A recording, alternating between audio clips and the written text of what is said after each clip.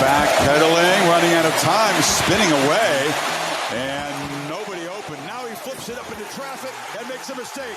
Tried to force the play, and it's intercepted. BJ Mays rumbling down inside the 10. This is 365 Sports. Bowling Green with no timeouts. Nick Singleton. Touchdown, Penn State. 365 Sports is presented by IdealMRI.com. High-quality MRIs for $497 or less. IdealMRI.com. Your health is important, so is your budget. Klubnik, undaunted, unafraid, complete, Turner, touchdown. 365 Sports is also brought to you by Texas Farm Bureau Insurance, protecting Texans since 1952. Why not?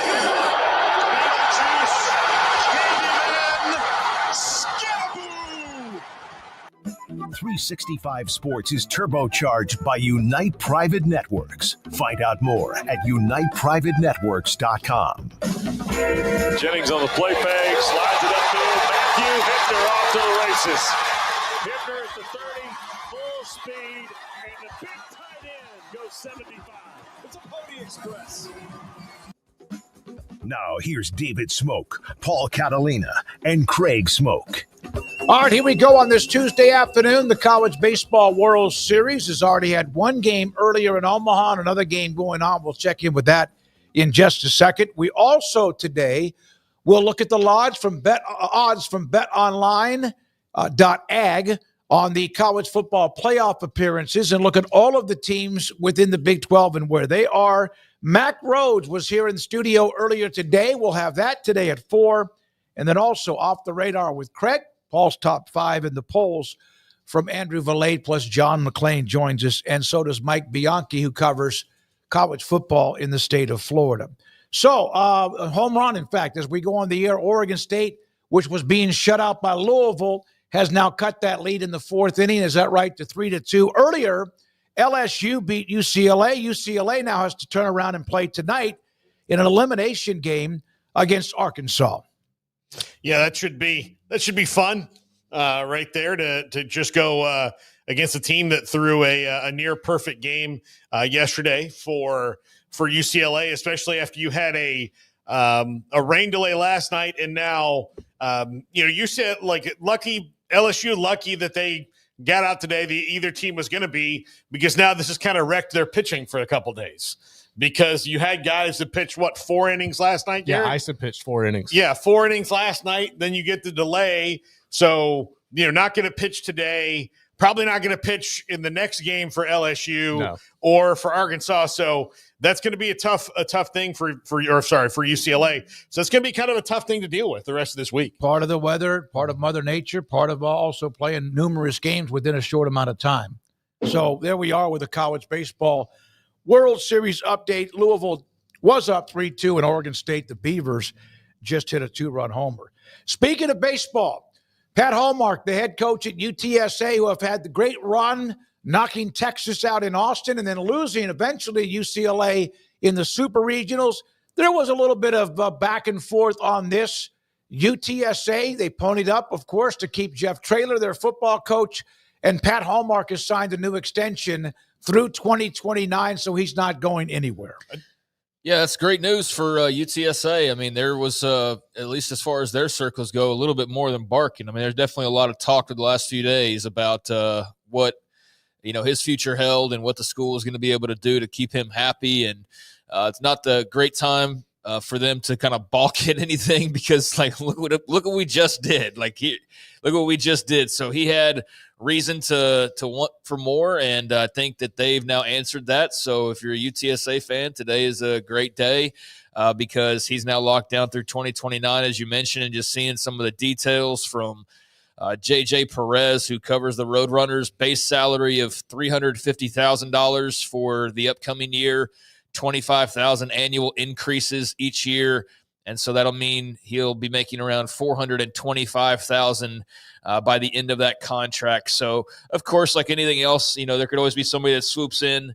But this was an issue that was sitting there bubbling up after their recent run. And I'm glad to see UTSA go and handle their business and take care of a guy who obviously had a great year and has done a good job with that baseball program. I hope this means some facilities upgrades are coming for him as well. Well, I'm sure there was something to do with it. I mean, they have, they are in a position, they know their budget. They also know when they can stretch it a little bit. They have, you think about this, they were almost like non-existent for they were for a long, long time. They've had success with what they've done in football, and now they've had success in baseball too, and they've taken care of the guys that led them to that direction. Yeah, it's interesting to see, though. I mean, they have a big fan base, just numbers-wise, and being down there in San Antonio, they've got a pretty healthy chunk of supporters, but I don't know how many of those supporters are the supporters that can handsomely pay head coaches at a top premier level. And so I think that's the problem that they've run into on occasion, and they've been able to manage and handle it.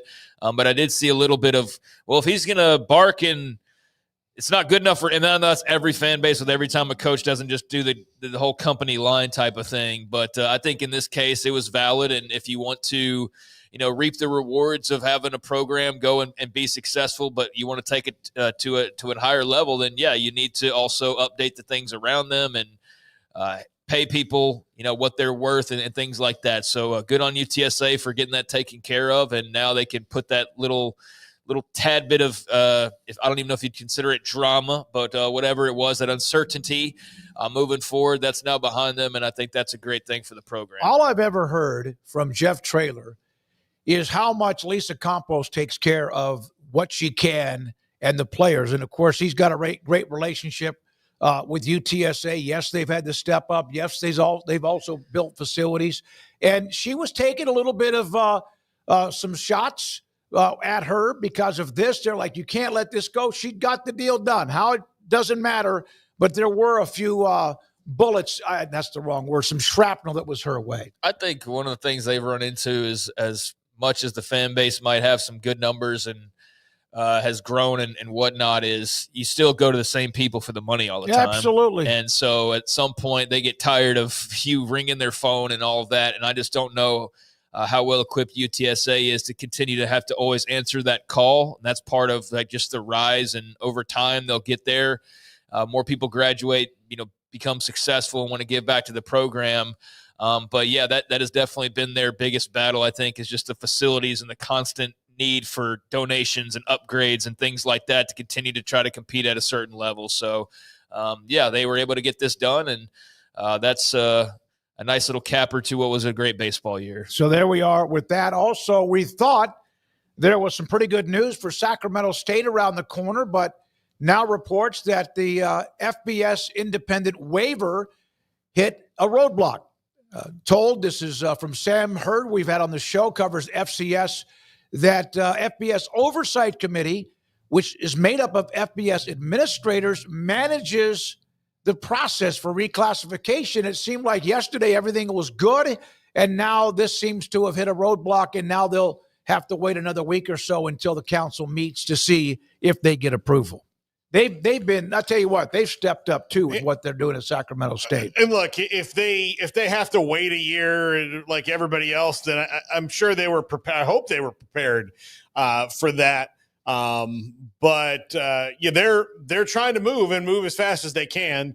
But I get that. I get that there is, there's things you got to follow in waivers. That's all kind of, how things go. So, but yeah, I best of luck to them in growing their athletic department. We'll see how it goes. They've made a lot of interesting moves and coaching hires, and going and getting transfers and commitments to facilities and stadiums and all that stuff. So, but it just doesn't. You can't just throw money at something and hope that everybody follows suit.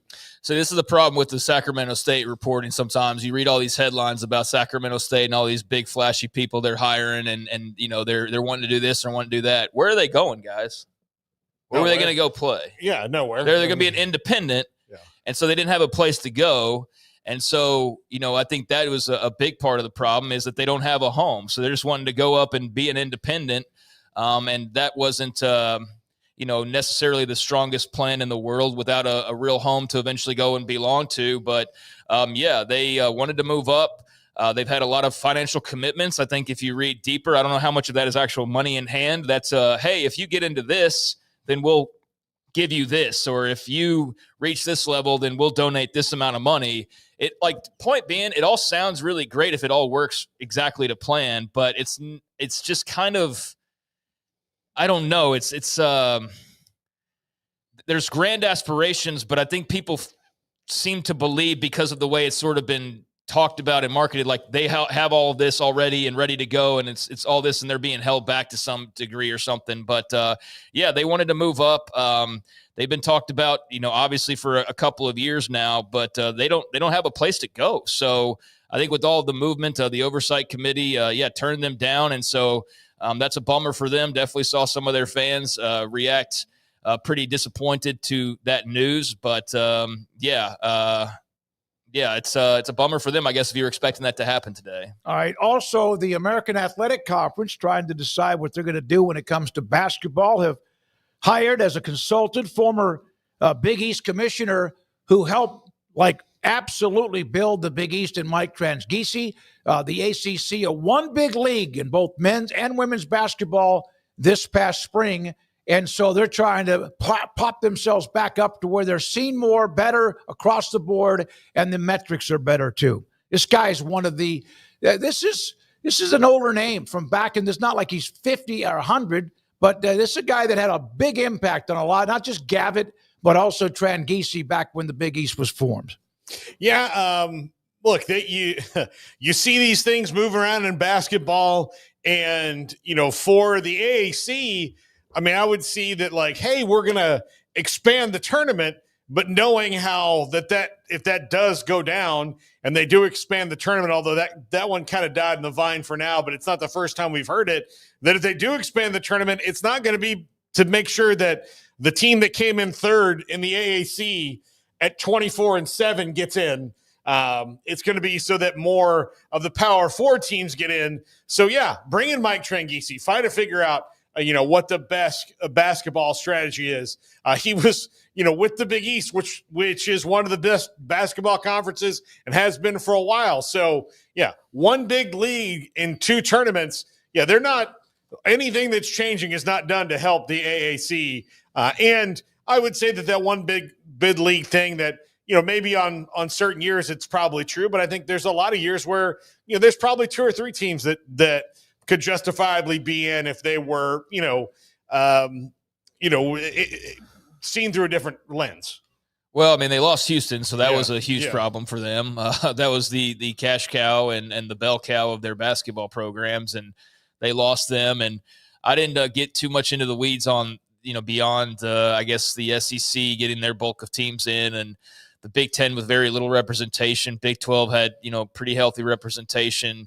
ACC, healthy representation. I don't remember even really looking at the American, not out of disrespect. I don't recall even noting that they had one single team I didn't know that either, this year. honestly, I didn't remember that, but when I saw that, I was like, damn. Memphis, right? Huh? Memphis, right? Yeah, they won the league. So, Memphis was the one team, but beyond that, I didn't really pay much attention, and so that's plenty of reason to go and try to find a guy that helped create some better ways of getting their teams out there and in a position to be able to go and make the tournament, because, that's just not going to cut it, and you're not under any grand illusions that you're ever going to have 7 teams in there at the same time, but there's got to be a way to try to improve where they were last year. And so I just think that's a good business move. And I don't know how successful it will be, but be more successful than not trying. I know that. So, definitely need to be able to get more than just one team into the tournament, especially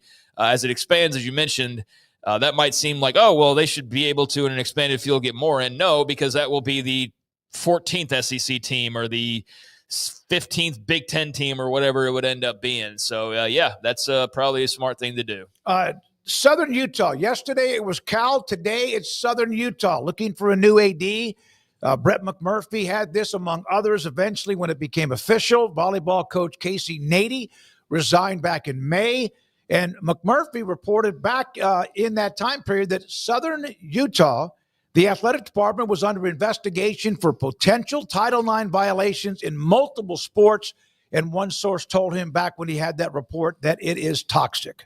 So they are now looking for a new AD. Yeah, Title IX in multiple sports. That's not good, obviously. So another AD job open, but it's strange how this continues to happen. I think it continues to happen because really in the last 10 years, since the Baylor scandal, since Michigan State, since, all these other things that have happened, there's not really been any meaningful discussion and protocols put in place by schools to combat these things.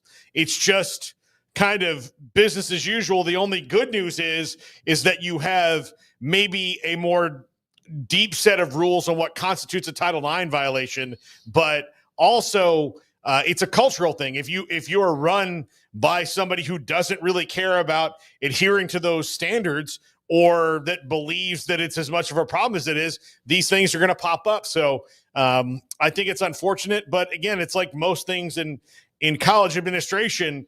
There's no structure for really how to adjudicate and deal with these things. And so these things pop up when you have somebody who is not doing their job.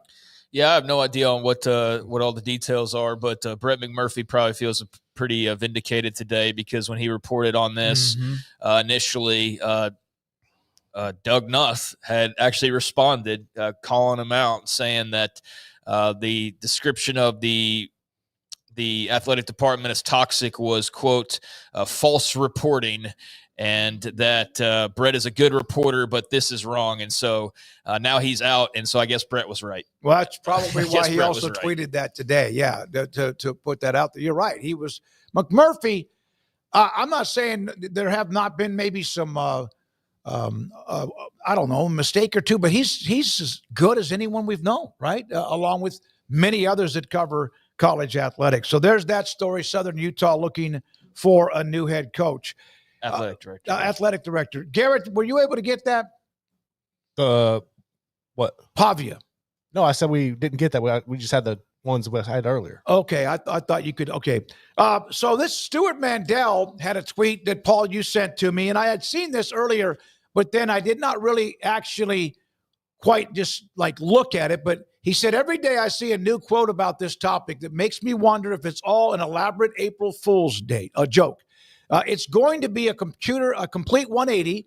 Todd Golden, the head coach of national champion Florida. As soon as this next cycle starts, guys are going to be taking or making 10 to 20% of what they've been making the last couple of years. It's going to be a challenge to explain to them and for them to understand why that is happening. This all about the revenue sharing, how things may change with what's available, and also, of course, the Deloitte and the NIL and what can be given. Yeah, I thought about this when we were talking to Mack earlier, and I asked him, we asked him some NIL questions kind of related to this, but yeah, that's going to be one of those things that especially the athletes aren't going to be able to probably wrap their head around, especially if you say you have a brother or a really good friend or any of that got $240,000 just to show up, and they're telling you like, well, I mean, you get part of the revenue sharing, and if you get an NIL deal, put it in the clearinghouse, and we'll see how it goes. They're going to be like, yeah, but what? And then the other part of it is this goes back to the bagman thing of, all right, well, how are you going to stop the bagmen? Because they'll just come around and say like, all right, well, we want this guy to come play point guard at Florida, so here's that $240,000 that your brother got. It sounds good. I don't know if it's actually going to be correct ultimately or not, maybe initially, but then the lawsuits are going to pour in, and I think we'll see more court battles decide if that's really going to be the case or not, and that's why you still need federal legislation and protection. So it sounds good. I'm definitely not rooting for people to make less money if they should be able to make more money. I do think the way the operations have gone in college sports the last couple of years is just ridiculous. And so there's got to be a nice middle ground, but it seems like there is no perfect answer really. You do the federal regulation thing, and that'll clear you on the athletic director and presidents and school side. But from an athlete standpoint, that's going to be very unfair. And then, if it goes the other way, well, the schools have, as we know, they have no answer if it doesn't go that way, where the clearinghouse works as intended, and it limits some of this obvious in-your-face pay-for-play. So, yeah, the prayers are still out there for the government to basically come in and save this thing. And so I'll believe it when I see it when it comes to the amount of money going down. I think the bagmen will offset some of that cost for sure. But beyond that, yeah, I don't think anybody has a perfect feel on how this all operates moving forward. Yeah.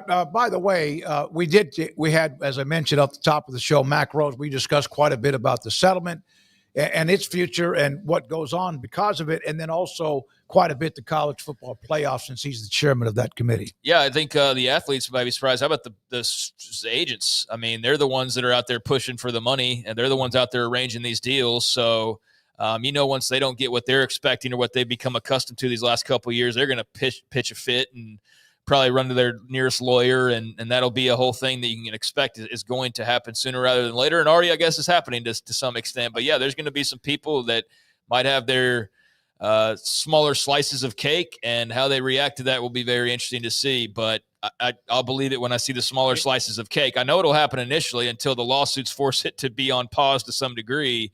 But then again, based on us talking to Mack, there still is a chance that the cake stays just as large as it ever was, and it's just served at a different table at a different restaurant, depending on who you are. Yeah. So yeah, I think this is far from answered. Yeah, I mean the agents have two things, and I think most of them want to be certified like they would be, throughout any other sport. So you have that, but that's also, here's the thing: certify all the agents that you want. that's not going to stop the guys who have always been there from working out deals that are under the table. You don't need to be certified to work out an under the table deal. That's why it's under the table.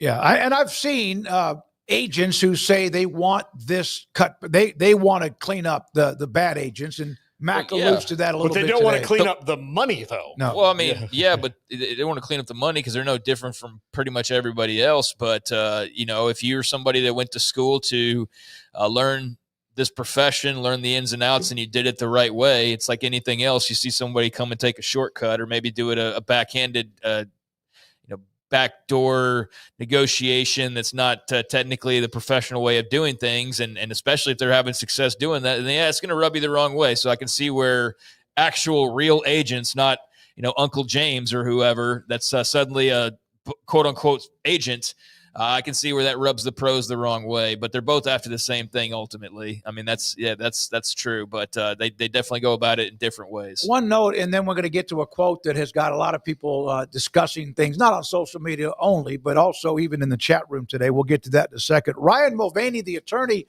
who joined us last Friday, was watching our segment yesterday with Dan Murphy of ESPN. Ryan, on will cheating become more prevalent in the new age of college athletics? When there's a will, there's a way. Duffel bags like the old days are even more strategically in his new era funneling.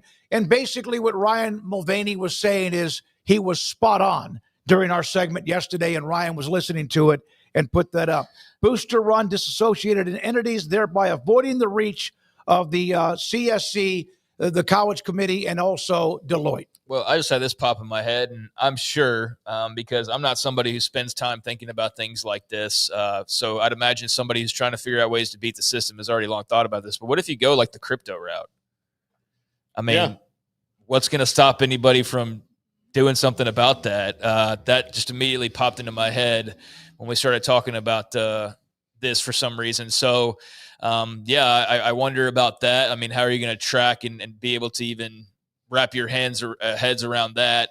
And I think the thing that does maybe ward some people off, but it'll be one of those things where it'll take somebody touching the stove when it's hot and getting burned really badly for everybody else to go, oh crap, we shouldn't touch the stove. But it will take that enforcement wing actually enforcing and actually doing it to an extent that punishes someone to where they feel it, that everybody else then feels and goes, oh, we now, and not just granted, make an example of somebody. someone, yeah. Don't make somebody an example for just to kill them off like SMU just to make everybody else not do something. No, but if you sit there in the first case that comes up, you back down or you just give them a little tap on the hand for doing something under the table.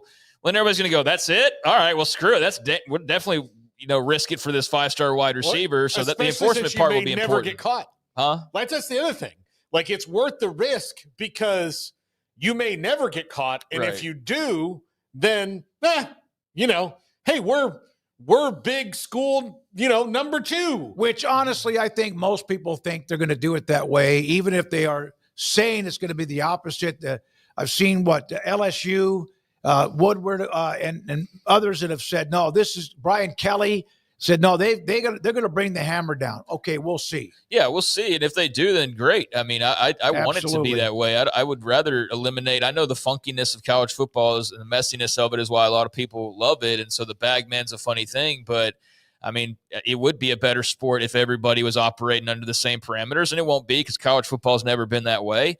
It's part of, again, why we love it. But I think the proof will be in the pudding. If you can deter these people from the outset and really put a scare in them, then I think there's far less to worry about. But the moment they smell weakness and they feel like the punishment is worth the risk, then, you can best believe every program that's willing to take that head on and not be afraid of it's going to do what they can to get what they need. And that's the history of college football. So that will be very clear when they have their first big case, whatever that school is, and how they handle that. That will be something to see, and everybody will be watching to see how that's handled. I was on my way to the studio earlier this afternoon as we were coming in to have Mack Rhoades join us, and I happened to see this tweet.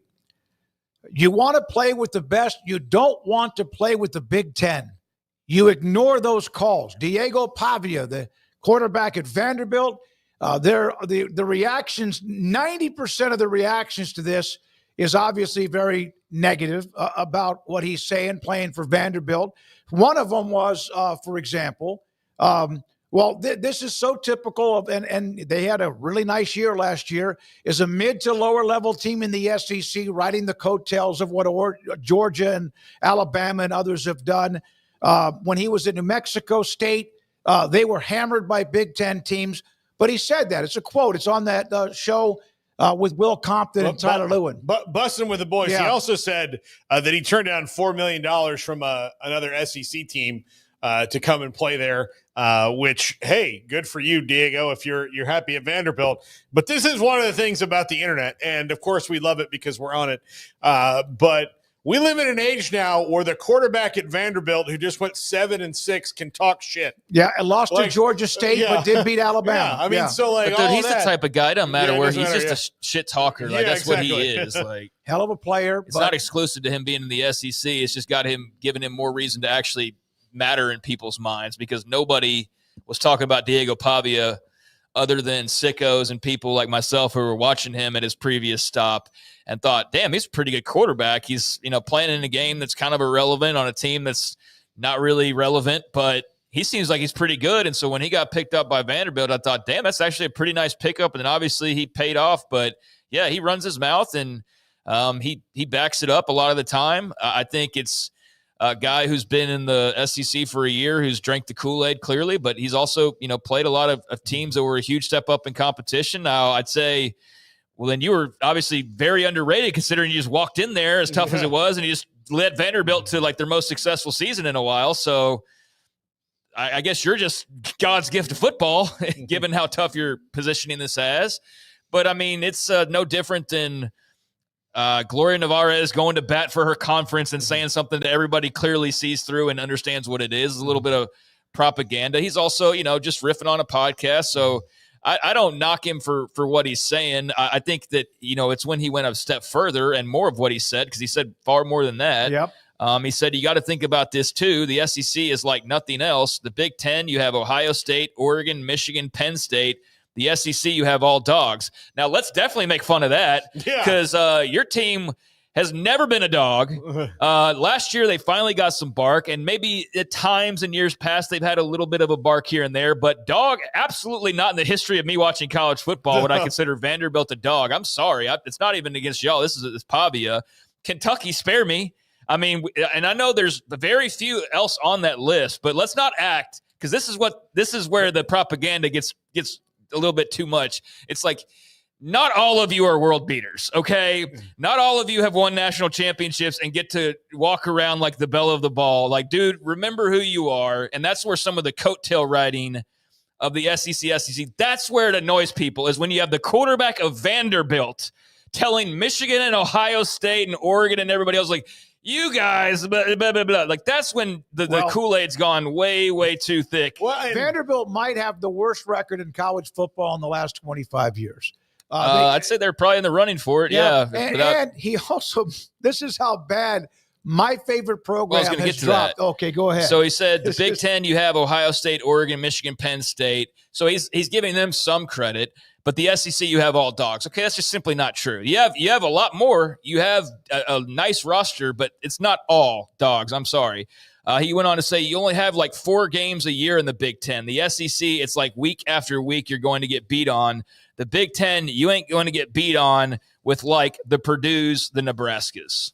So that's what he said, referring to the Cornhuskers, which that got as much of a rise, I think, off this quote as probably anything else. Well, where did Will Compton play football? He played Nebraska. Yeah. I mean, that was part of that. But here's the other thing. Look, Mississippi State, technically, yes, they're dogs because that's their name.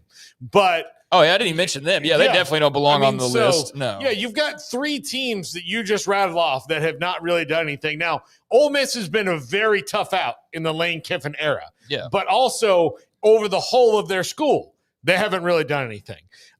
South Carolina, over the whole history of their school, has never won the SEC. Now, they're good right now, and that's fine. But like to list it like outside of right now, okay, if sometimes like the words context maybe matters, but to say everybody's dogs No, I mean, yeah, they also brought up Iowa, and he said you've got to score 7 points to beat Iowa, which is partially true. Depending on. But see, they also sometimes don't let you score 7. No, I know. Yeah, that's the thing. Is like Iowa gets that sort of punchline every time, but they also beat a lot of teams 10-0 or 10-7 or 13-6 or whatever. They win a lot of those low-scoring games, and they have been very steady. So yeah, he definitely took a shot at Iowa, Nebraska, Purdue, and I guess everybody in the Big Ten outside of like the 4 main teams that he mentioned. But I mean, this is typical offseason chatter that gets a lot of play and all that. But it's just funny to see the way people perceive from outside the SEC perceive it sometimes, that you talk to people that are like, what are you talking? It's not like that. And it's like, dude, the quarterback at Vanderbilt is sitting there smack talking the entire Big Ten and acting as like they've won they've been in the playoff 4 years in a row. It's like, that's what people are referring to when they talk about like that arrogance that just everybody's, acting as though everybody else's success is their own. That's where people have a problem. So whenever you have that conversation again, like this is exhibit A of what people are talking about. Will Compton, I mentioned, played at Nebraska. The Office fan Will Compton played there. He was just throwing shade for jokes. You guys are showing exactly why he said it for clicks, laugh out loud. He meant a lot of what he was saying, though. It's the same thing that Mississippi State, South Carolina, who looks like they're on their way up, among others, Vanderbilt, among others, when you have that SEC rallying cry, they're a part of the conference. Some have been there forever and ever, but there is a lot of that riding the coattails of the SEC because of what 4 to 6 other programs have done by winning national championships. There's nothing that you could say otherwise that would prove that wrong. From, propaganda gets credibility by talking heads giving it credibility.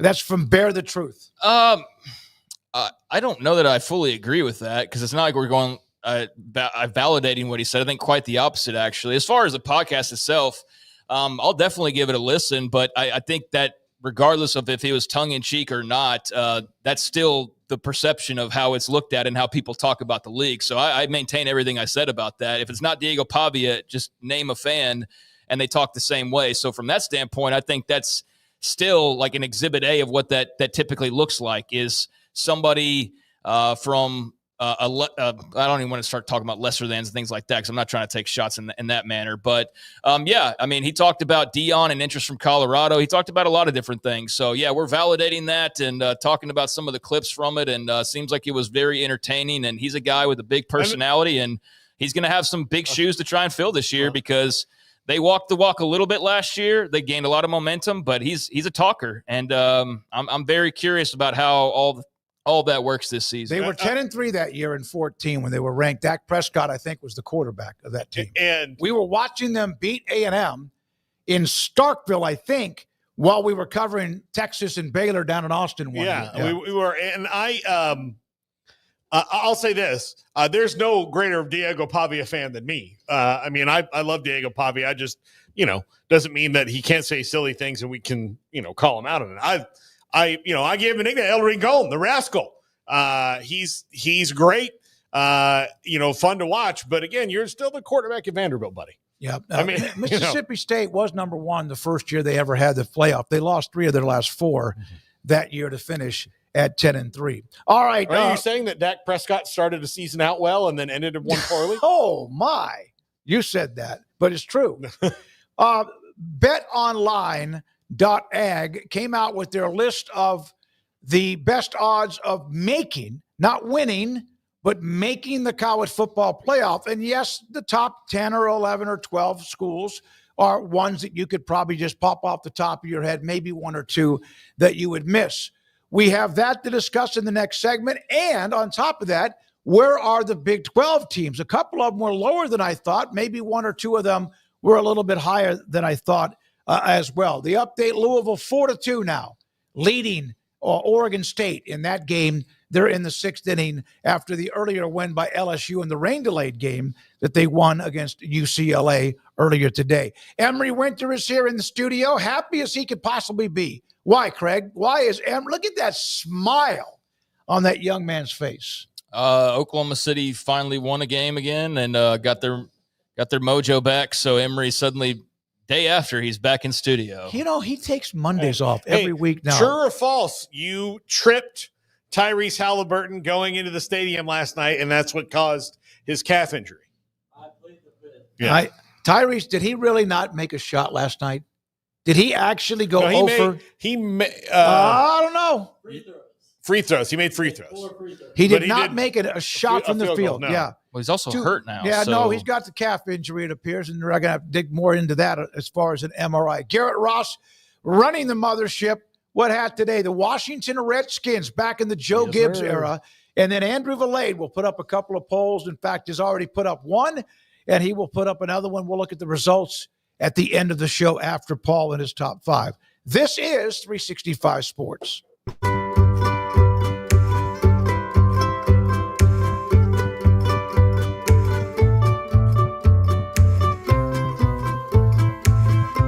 Pleasant. It's different than any other dentist office. I really feel like they care. And it's not that you're here for 2 hours waiting on someone to take care of you. It's quick and easy, and I bring my kids, and my kids love being here too. They really love the treasure box. Staff is really nice and accommodating, real friendly. You feel more like home. It's not sterile looking. Everybody has their own personalized rooms with decorations and decor, and they'll even have a blanket for you when it's cold. I've recommended people to actually come here, and they are patients now. I really love it here. It feels like family.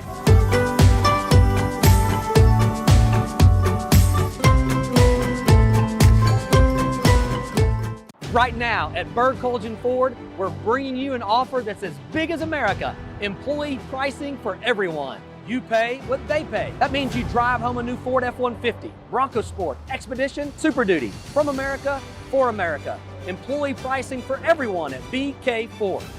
Looking to sell your vehicle? Get top dollar for yours today. Don't miss out. Employee pricing is available for a limited time. Visit us anytime at bkford.com. Experience better at BK Ford. I'll never get used to this.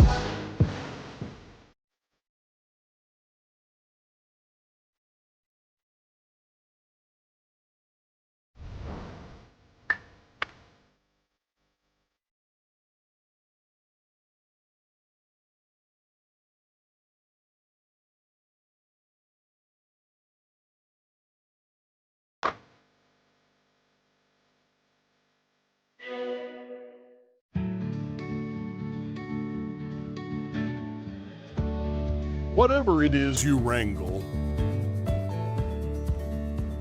whatever seeds you sow, no matter what you nurture or what you choose to grow, at Texas Farm Bureau Insurance, we're proud to protect all Texans.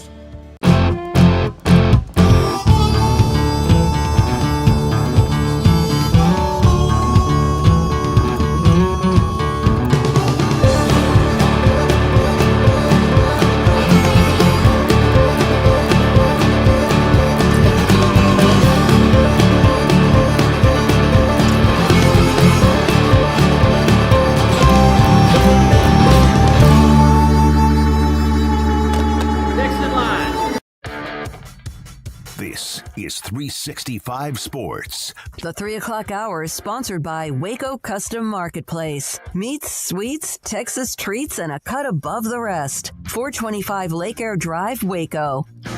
So, bet online, and there's numerous websites.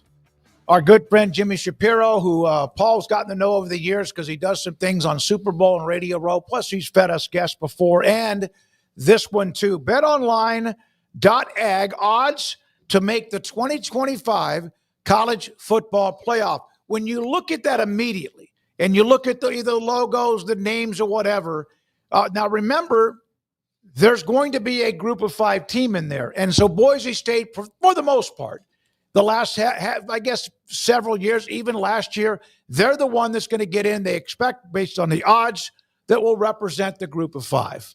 Yeah. Nobody else on that list is like, Oh, my God, clutch the plurals. How are they on that list? Doesn't mean you agree with them. No. But no one on that list is like, you got to be kidding me. I'm kind of surprised to see Ohio State at 1 on that list, just because they've had a ton of changes across the roster. I mean, it always happens after a national championship, and it's a little bit different now. Now, look, they still have Jeremiah Smith, but Julian Sands never played it down. There's going to. What's the difference then with what you're saying about Ohio State and UT? I mean, again, I can go down the list of the first 4 teams on that list. All have new quarterbacks. Mm-hmm. Penn State, actually, of all of them, Penn State has the deepest returning roster. And, Alabama's going to have a new quarterback. Notre Dame's going to have a new quarterback. Clemson has the second deepest returning roster. LSU probably the third. And, all the rest of them, they're like, they've got a lot of questions. Not to say that they're not good and they don't have deep rosters, but because I'm not an odds maker, like I don't know the things that all they've gone into this. But to see that order is a little bit interesting to me. I would have Penn State a little bit higher than everybody else, because they have pretty much most of their team returning from last year. That was really, really good. No, I don't think it's so much where they are, is that who's on that list initially as far as making the playoff. Yeah, I mean, that all makes sense. I mean, we could argue LSU or whatever. I mean, there's nobody on the list or not on the list in the top 12 that I think shouldn't be, right? It's a little distressing to me to see, the Big 12 left out of it, but yeah, so. I mean, I'm not a big breaker down of the odds or the Vegas stuff to try and explain what it means and why Ohio State makes sense at number 1. But I think it's the usual suspects near the top, and all of those teams on this list feel like legitimate playoff contenders if things break a certain way for them. I think Boise State's a much bigger question mark post-Genty, no matter what they've done to go and replace him, just because he was so much of what they did. But a lot of teams are replacing great players, Ohio State included. So I think you could change the year and pretty much this list, just rearrange them a little bit, and it's pretty much this exact same 12 teams year in and year out, and will be for the foreseeable future.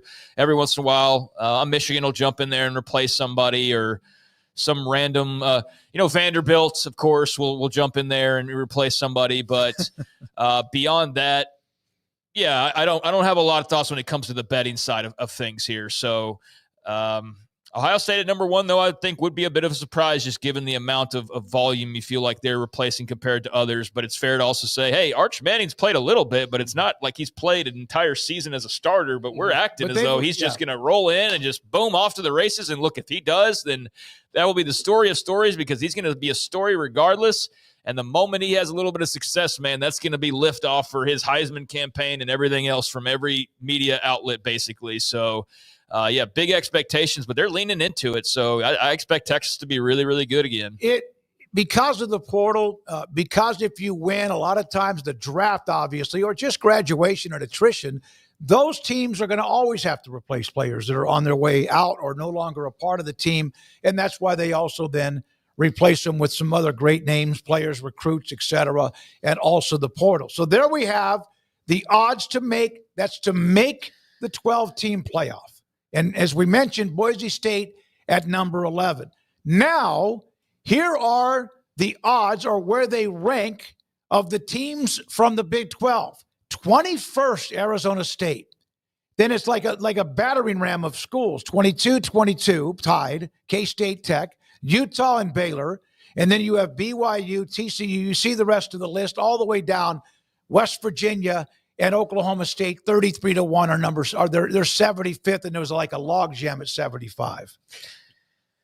Well, that's interesting to look at. Arizona State, pretty much the wire-to-wire preseason favorite based on most of the publications that I've seen at this point, and that's fair. I mean, they bring a ton back, Scatterbo notwithstanding, but they are in a really nice place with Kenny Dillingham, and you can see where that's a team that maybe we weren't talking about much a year ago, but one that when you were saying, well, if they can put it all together, and I do feel like we had those conversations about Arizona State and about, hey, if they ever get it all going, and it's a great place, a great, student body, and just a lot to like about them. And I'm super intrigued by what Kenny Dillingham can do with some proof of concept, some trophies in the trophy case, and a thrilling but disappointing end to last year against Texas. I mean, they've got a lot of mojo. And then I feel like beyond that, I mean, you could replace them with K-State or Tech or Utah or Baylor or BYU or TCU or Iowa State, and I think I'd go to about right there and say any of those teams could win the conference. Yeah, Iowa State's a little lower than I thought. That's why it's a clump between 21 and 30, basically, of a bunch of teams that are about the same. I think it's the difference is negligible when you get to that point. I think it's with especially – I mean, even the people who cover the league don't know it well enough to really separate these teams. And Vegas, with all of their knowledge, doesn't really seem to know how to do it either. And it's because I think it's an impossible exercise to be perfectly exact on how the Big 12 is going to look year to year because it's so close and there is so much parity. But Arizona State makes sense. And all the rest of those, you could easily see hoisting the trophy at the end of the year, but not much separates them on the field. And so not much separates them really in these rankings either. And I think that'll bear out with the top 25 polls. You'll have all those teams in that previous graphic will be like the top 12 teams, and there'll be one or two that's rearranged. And then eventually you'll get into like 20 through 25, and then the others receiving votes, and that's where you're going to see all of these teams. And that's basically the vicinity of where they are in these odds too. So, I don't think anybody quite knows how to break them apart. The only thing most people agree on is that none of them are the elite of the elite and are not, top 10 caliber teams, I guess, in the eyes of those, putting this out there. Yeah, there's just a clump. You know how we always talk about the preseason or even the weekly AP top 25? There's always 3 to 4 teams between 20 and 25 that get into the top 25. And in this case, it's almost, how would you view this? That nobody knows, that you don't know because the Big 12's history. And the point is, would you, like if somebody said, pick the Big 12 winner, but if you're wrong, you lose a pinky. You might be able to do that in the SEC or in the Big 10. At least the numbers would be 3 to 4 programs rather than the fact there might be 8 to 10. Yeah, nobody runs away with the Big 12.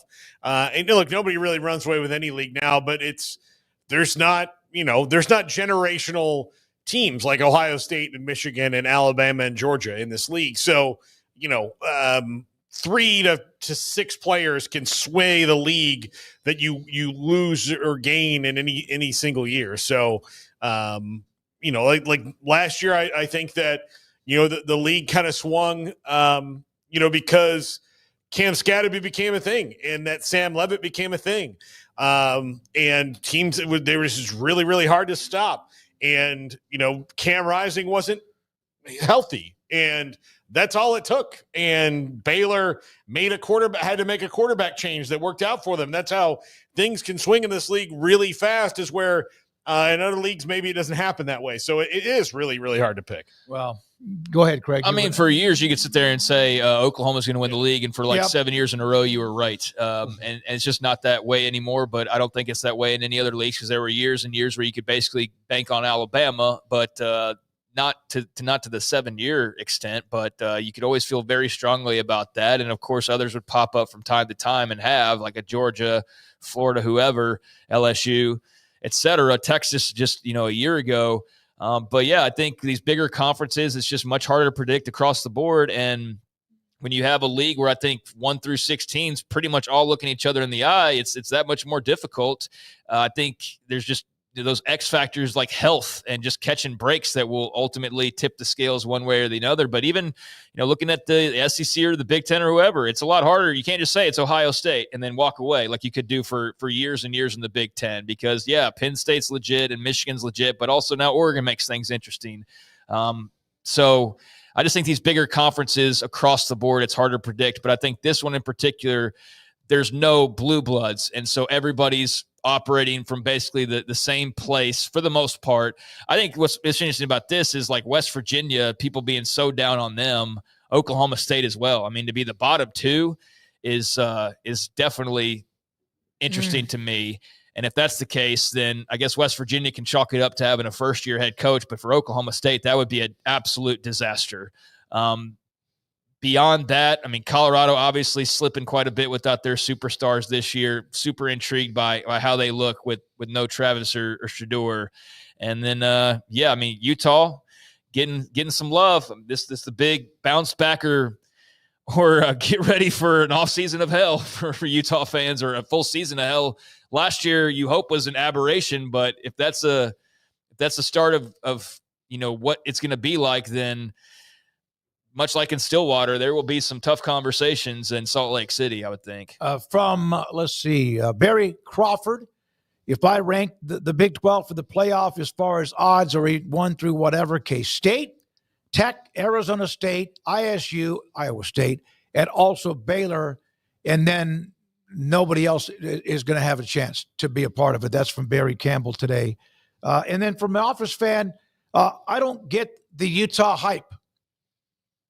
The Utah hype is they had a big issue with their quarterback last year, and they're banking on not having a big issue with their quarterback this year because they've got Devin Dampier and not Cam Rising. So there's the belief that they will be much improved and just know who the quarterback is every week and not have stretches of weeks on end where they're playing the keep away from the press, whether or not the quarterback's available health-wise game. So just that alone, you would think improves things. Defensively, they're Utah. They should be very good defensively.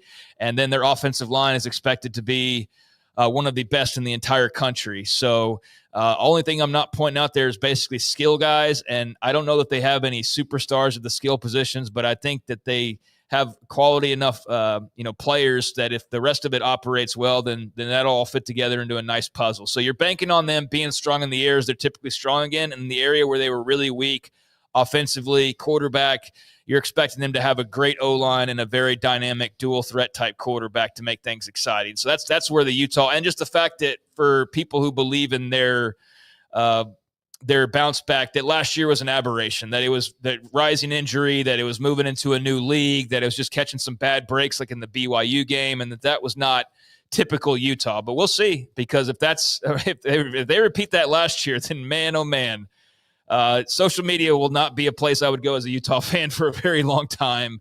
But they kind of set themselves up for that in some ways. Yeah, the Utah fans are waiting to jump in and see that last year was an aberration, and then again they might just back away, which is what happens. Fan bases do that all of the time. One note that I had that was that, Utah will bounce back. They've got a great football coach in Kyle Whittingham, and that is true. And they were really good until the injuries started to crop up with Cam Rising. But Oklahoma State's got a great coach in Mike Gundy, and I don't see any kind of a I guess you could say oomph from him. They're 75th, but Utah with Dampier, Paul's already put him in the Heisman Trophy in that room in New York. I'm not going that far. But I just think he's going to be really good for them, because I think they'll do everything they can to make it better for him, just based on the things that Kyle Whittingham likes to do on offense. Really suits him, even though they've got a new offense with Andy Ludwig. And I think they'll be way, way better, because they've had one consistent problem, and it's healthy quarterbacking. And if Devin Dampier is healthy, he's proven out last year that he's a pretty exciting player, and he's just getting started. Yeah, you can replace the quarterback and improve quite a bit, but there were other warts on that team too. When you go 2-7 in the conference, and one of those wins, and somebody just mentioned that Wet Blanket is an Oklahoma State fan. One of those 2 conference wins was against Oklahoma State, who did not win a conference game. Yeah, they also, to be fair though, they also had, and this, it's kind of pointless. Your point is very valid. I think for what I'm about to say, I know it's kind of pointless to sit there and go, last year translates to this year, because I think that's less true than ever before in college football, that every year it truly is a new team. Now, you might bring back half your roster or 3/4 of your roster, but for the most part, year to year, not only because of what you've maybe changed up in the portal and all that, but what everybody else has done, it's just impossible to think that things just stay status quo.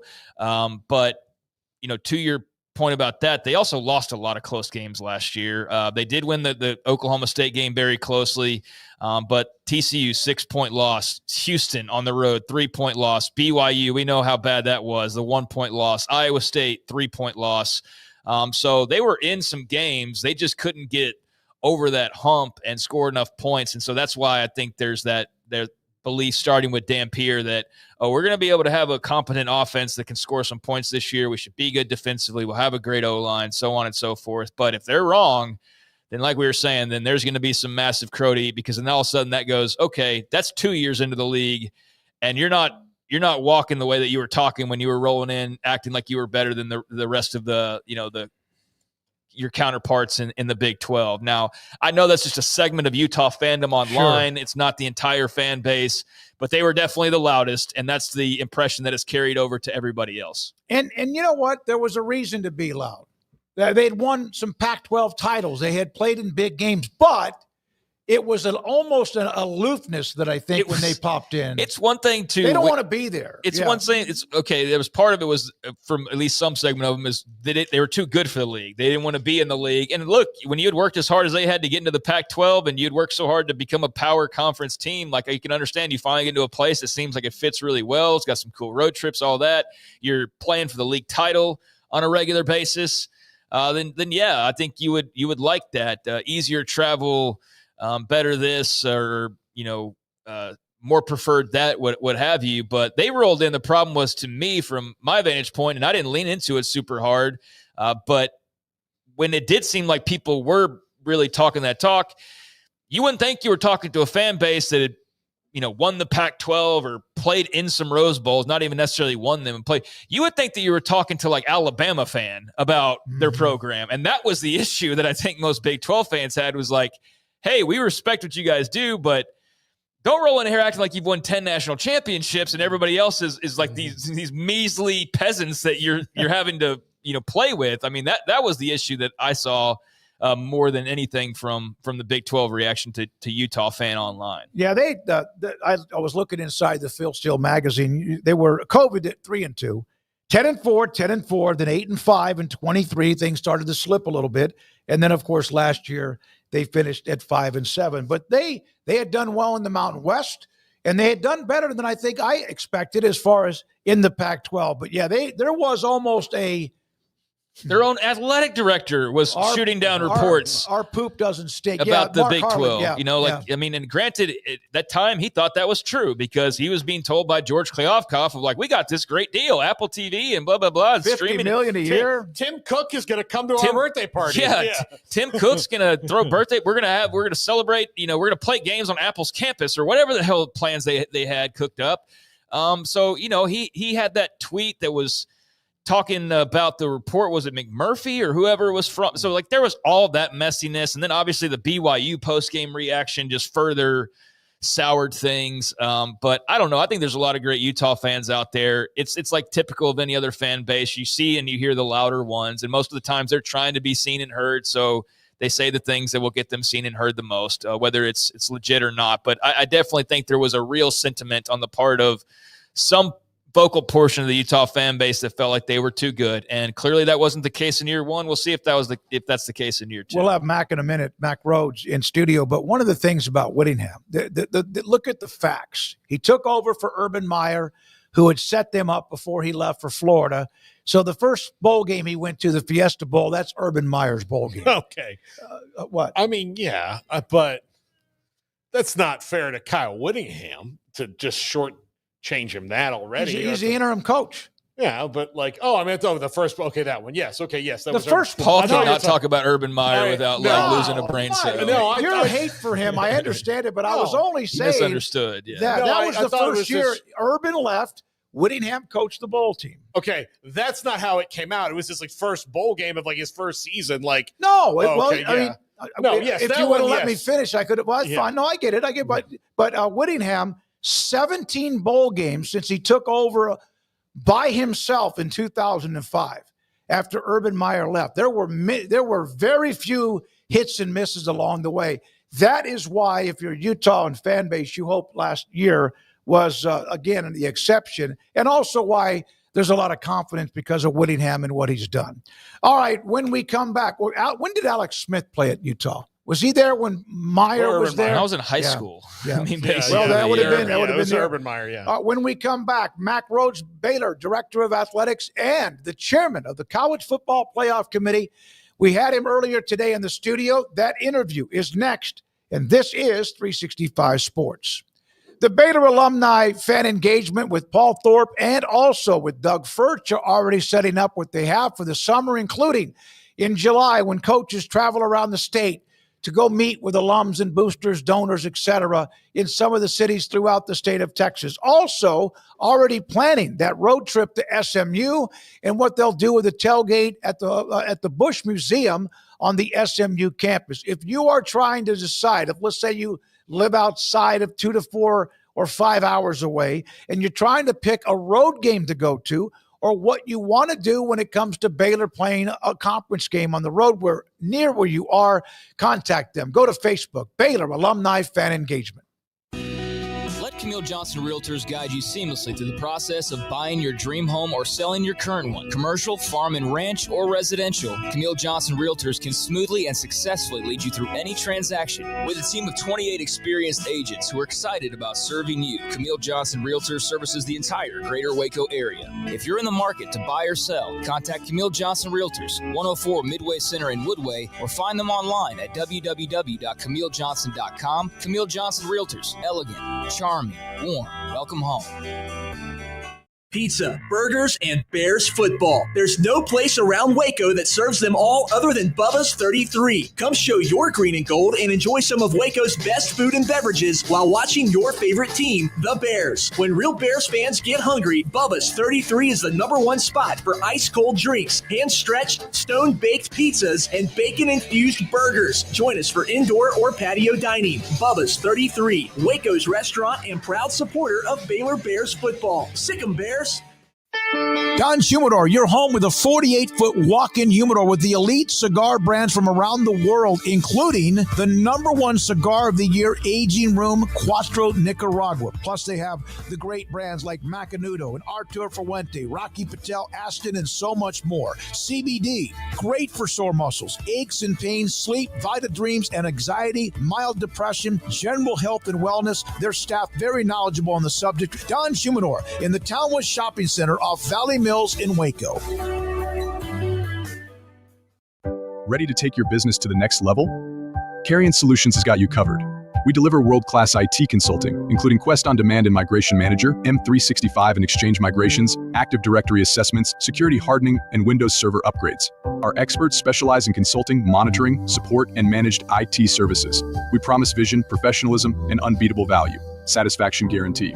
If you're not happy, we make it right. Remember the name Carrion Solutions. For more info, email sales@carrionsolutions.com or visit carrionsolutions.com. That's CARRION solutions.com. Carrion Solutions, IT success guaranteed. At Ideal MRI, we feel blessed to be part of the Waco community. We're a small family business here in Central Texas. At times like this, the cost of healthcare has never been more important. And unfortunately, significant illnesses and injuries still occur. And that's why Ideal MRI is open and here to serve you through this difficult time. So if you need an MRI, ask your doctor about Ideal MRI. You can schedule online in minutes at idealmri.com or call 833-IDEAL-MRI.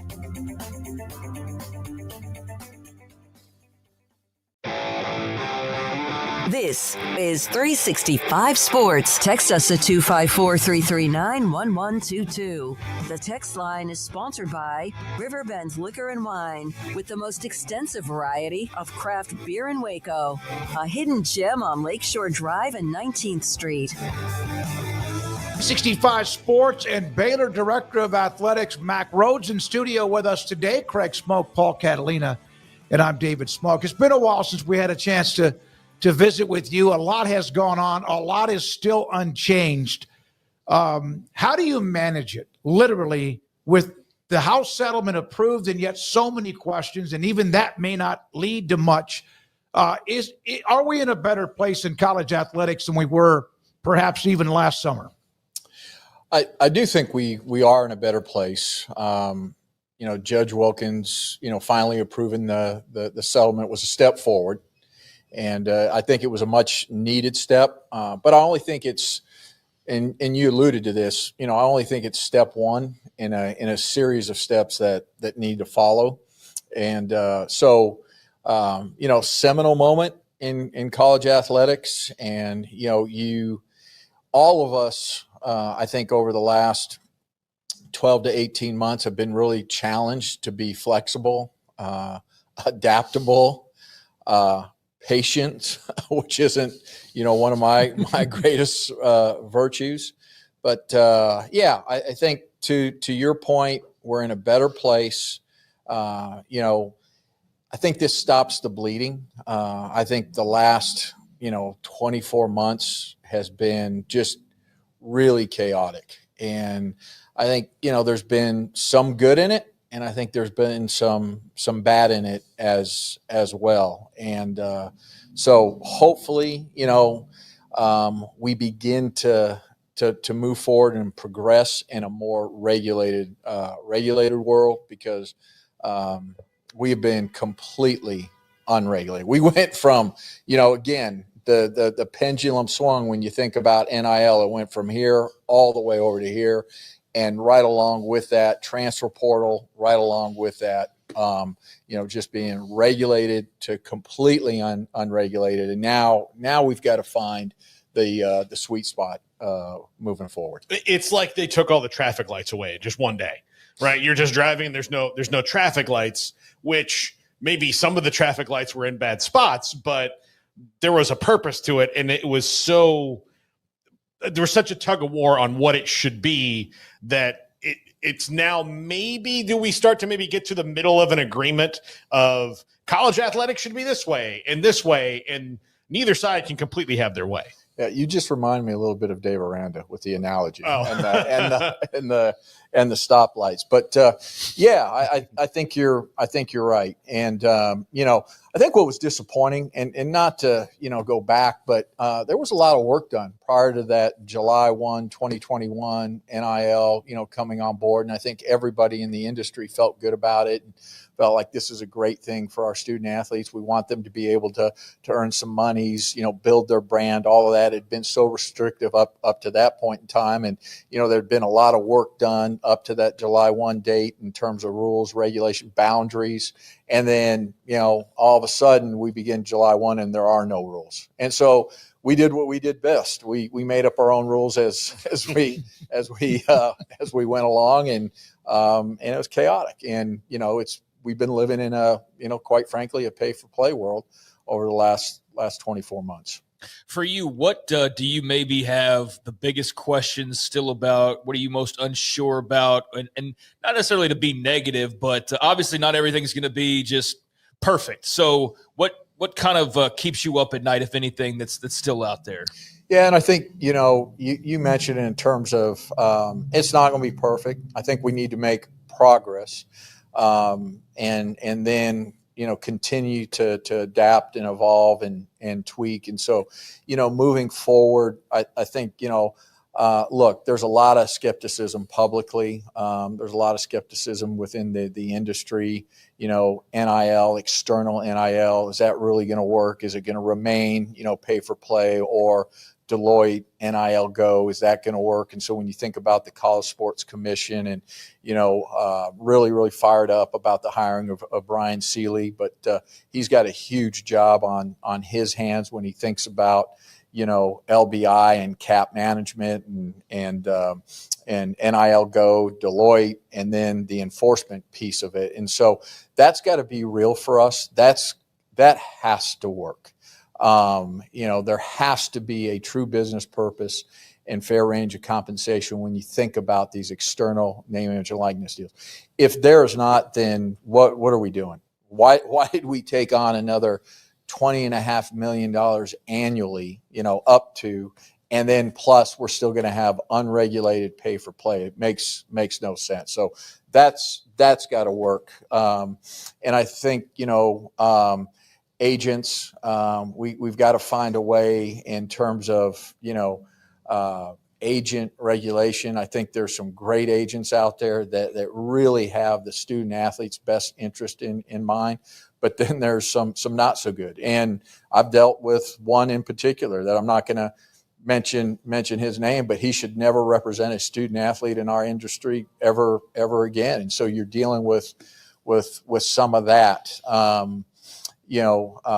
We've got to have, again, step one, step two, we've got to have some federal legislation. We've got to have state preemption. If, all of a sudden a state now, hey, we just don't like this, it's not working for us, this House settlement, so we're going to go and file a lawsuit. I mean, That can't happen. And so there's a lot of things that need to follow. But it starts really within the settlement. The external NIL piece needs to work. You've mentioned the 20.5. You're all in for that. Have you already made up how you distribute that 20.5?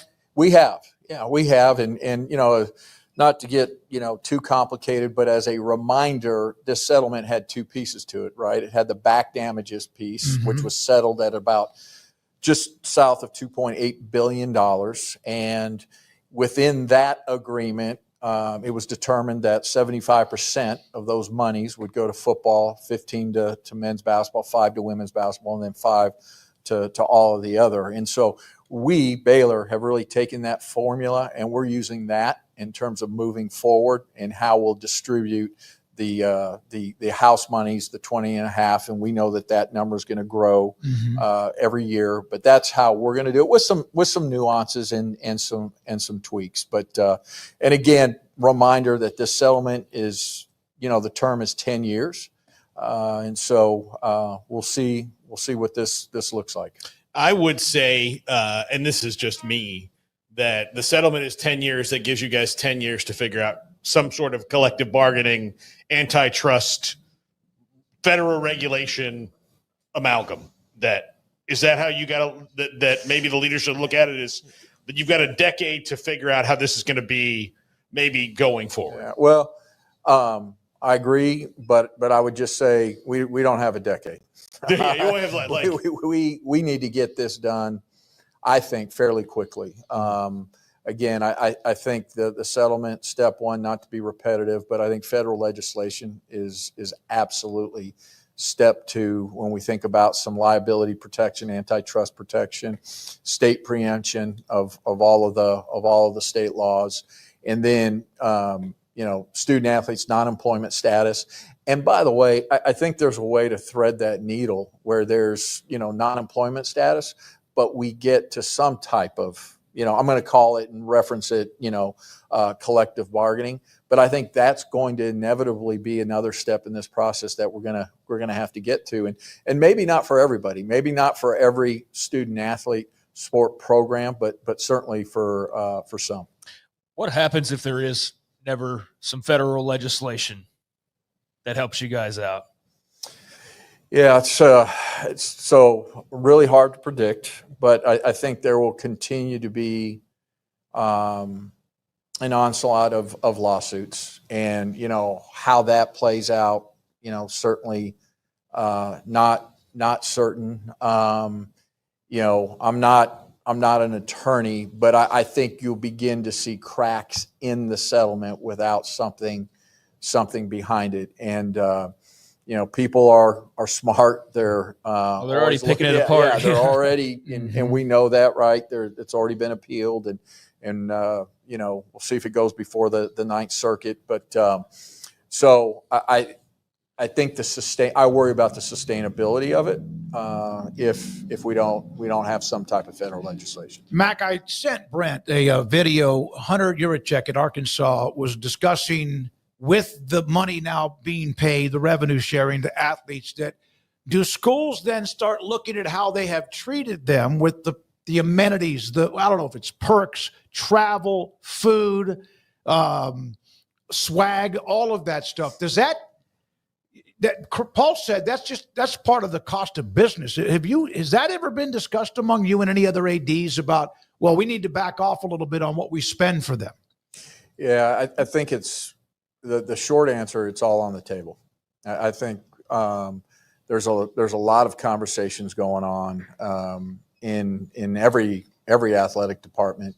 I think everybody is taking a look at the services they provide, and do they, one, continue to provide the same services? If they do, how do you deliver it? We're spending have spent a lot of time on the whiteboard, thinking about back to how we're going to distribute the monies. 100 models looking at how we're going to do this, and I think how we think about student athlete services is something as well. And for Baylor, when we think about our life formation, student athlete services, so academics, spiritual growth, spiritual formation, character formation, those things are not going to change for us. We're going to continue to provide those. Now, how we deliver them may be different. I think previously we had a fixed menu, and now we realize not everybody is the same. And when you think about it and say, hey, not everybody's the same, well, not everybody's there 4 years. You have some that aren't even there 12 months. And so what's our responsibility, to that particular student athlete when we think about some of those services? And so, hey, we now have got to deliver it differently. So now we've got to have an a la carte menu in how we do that. And so those are all of the things that we're talking about. Now, I do think, as we think about inviting, student athletes, prospective student athletes into our family, we've really got to professionalize that and how we vet and all of those necessary steps to make sure, you're not going to be able to make mistakes, and you're going to have to stretch your dollar. And we have spent, Baylor has spent a lot of time in that area. When it comes to Deloitte and NIL Go and finding what they consider a valid NIL deal, I'm curious as to what like an athletic director opinion is on that, so that just that people who are wondering, because if I'm a business owner and I want to pay an athlete to endorse my business and I want to pay them $50,000 and all they have to do is show up one day, I can say, well, that was legitimate. That was worth that to me, So how do they determine market value? And is that something that you have to look at and say, well, they got to show up to a car dealership for 2 hours on a random Wednesday and they're going to get $50,000? That doesn't seem like an honest day's labor. But if I'm the business owner, I can say, well, sure is to me. Yeah, and I think Deloitte has done a great job of collecting data and really looking at NIL deals throughout the country. And so we, submitted, and so did, all the other institutions, all of our NIL deals. And so what do they look like? And so I think as they collected data, college student athletes, pro student athletes, entertainers, what do those deals look like? What do those deals look like, specifically public companies that have governing boards, that have, rules, regulations, have the Security Exchange Commission, that they have to follow those guidelines, et cetera. I think that's how they began to really shape, what this looks like, what's the market. And so, I think that was one bucket they looked at. I think, they're certainly looking at the institutional bucket. How successful has it been, in terms of postseason, what's its brand value, those type things. And then I think they're looking at the student athlete, individually, All-American, Olympian, all conference, those types of things. And so, but I think to your question, they have collected a lot of data and they've used that as a guideline. And you've seen some of the statistics out there that, were leaked or released purposely. 70% of the collective NIL deals would have been denied. And so that tells you that just that right there, you assume if this works, there's going to be market correction. And I think that's what's going to be fascinating. You're not going to see it this year, 25-26, because the settlement had not been signed, approved when the basketball transfer portal opened, when the football transfer portal opened, and even when the softball baseball portal. So it was just a mad dash to front load monies, get deals signed before the settlement was approved, and pay it out before June 30th. So we're going to have a lot of student athletes walking around with a lot of cash that haven't even participated yet, hadn't even played one game. And so does that get corrected now 10 months from now? And so that's when you'll see the market correction. And that's where, hey, I think there are a lot of people, including, prospective student athletes right now, and agents going, is this going to be real? This isn't going to be real. And so that's the challenge that we're going to face as an industry. Yeah, in terms of front loading, one of the schools in the Big 12 has made a lot of noise as far as that goes, and so that's all very interesting how that's going to work out. As far as the college football playoff, the 5 and 11, how much did you personally like twist and turn over the idea of automatic qualifiers versus we're going to gamble on ourselves? We're not going to be reduced to being put in this box. We're going to go out and fight for what we kill, basically, or we're going to eat what we kill, basically.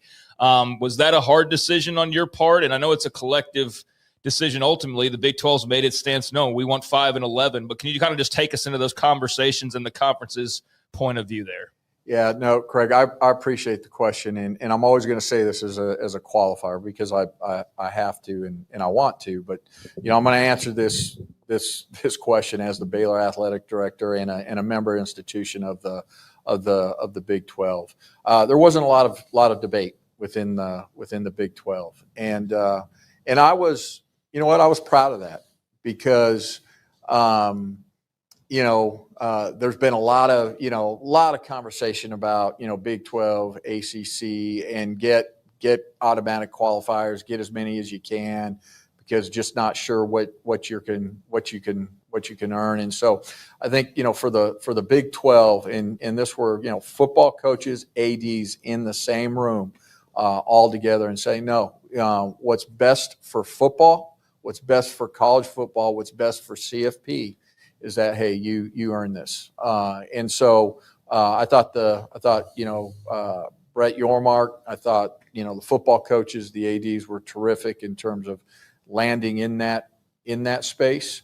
And, we'll see where this lands. The management committee and the commissioners, I've got great respect for them. And we'll see, and I've got full confidence that they'll land it in the right spot. Can I ask you a question as the guy who's the chairman of the College Football Playoff Committee? You can. I'm not sure I'll answer it. But. So I just read 3 or 4 articles from today. Everyone has a problem with the College Football Selection Committee. Here's another one that says the SEC and the Big Ten stalemate on how they want strength of schedule, the metrics or whatever. And I've heard a lot, and it has come from those 2 conferences that get all the money and want everything else, that the College Playoff Selection Committee maybe is not the answer. What's your response to that? Is that also because not everybody got their way in the first 12-game playoff, a 12-team playoff? Yeah, I'm gonna thread the needle here. So I think I would ask the question maybe, and this is going to come across a little bit defensive. And this is going to be my second year, and only my second year of a 3-year term, and I learned so much, and I thought Ward and the entire committee did a great job. But I sit here and go, are those just excuses for wanting to get something else? Because I sit and I go a negotiating point, and I look over time. I mean, is there a year? And I ask this question, innocently and with sincerity. When has the committee screwed this up? And put your hand down, Paul. Florida State fan. But Florida State. There's going to be a lot of debate on Florida State. That's the one that really stands out. And personally, I think they made the right decision. When you think about the criteria and everything that we're called to look at and look upon. So, is there, if not the committee, then what's the solution? Are we going to go back to BCS days? Are we going to go back to computers? I think there's a beauty of the selection process of the committee. It works for men's basketball, works for women's basketball. I think it's worked for CFP.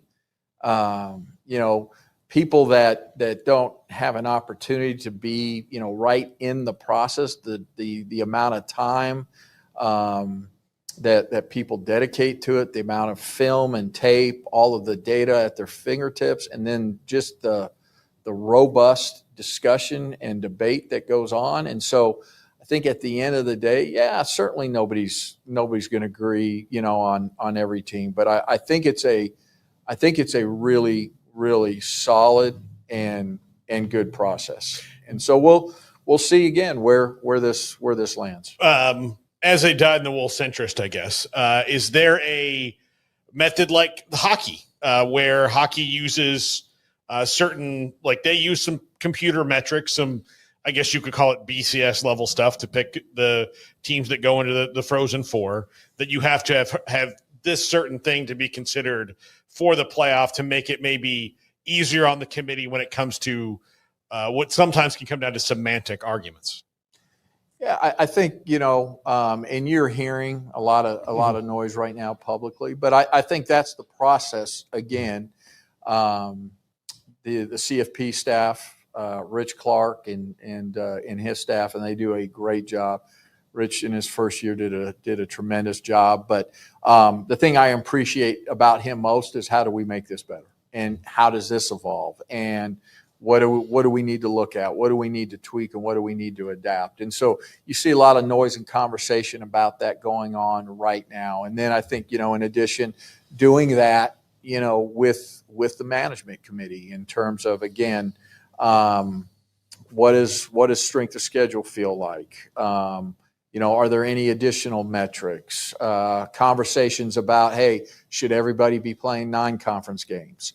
So all of that, I think, is part of this conversation. I don't think you can have it, this conversation, without bringing all of those elements into it. And so, again, I've got great confidence in Rich. I've got great confidence in the management committee, the commissioners, and again, I'm honored and privileged that the selection committee has been asked for an opinion as well.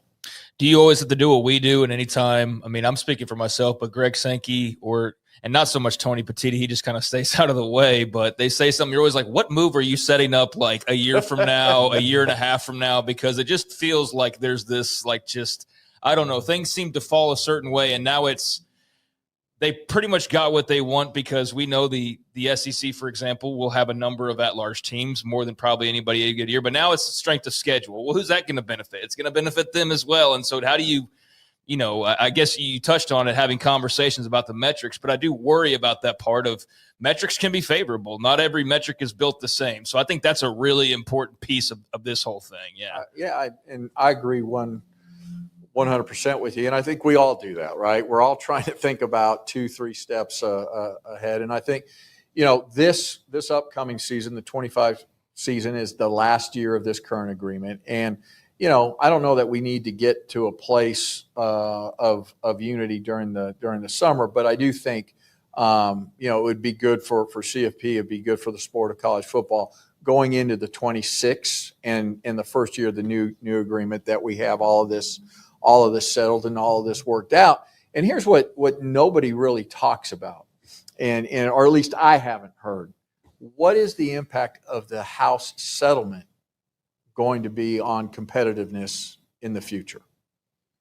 Theoretically, if it's a cap of 20.5 and there's regulation on external NIL, what does that mean? And so now when we think about, yes, it's easy to say because of historically the SEC is going to get quite a few at-large birds. How does that change? Does it change? None of us know that as we think about going into this new world of college athletics. And I think that's part of it, is like history shouldn't matter for 2025's playoffs, but I feel like there's that trying to steer that in a certain direction. So I think we're all aware of that. I just wonder how it's going to be accounted for ultimately. Yeah. I'm trying to, do you guys feel like there are two bullies in the room when it comes to what they want? Because they have more, they get more. Is that ever something you've thought about as an AD at Baylor or a member of the Big 12? I've never processed it that way.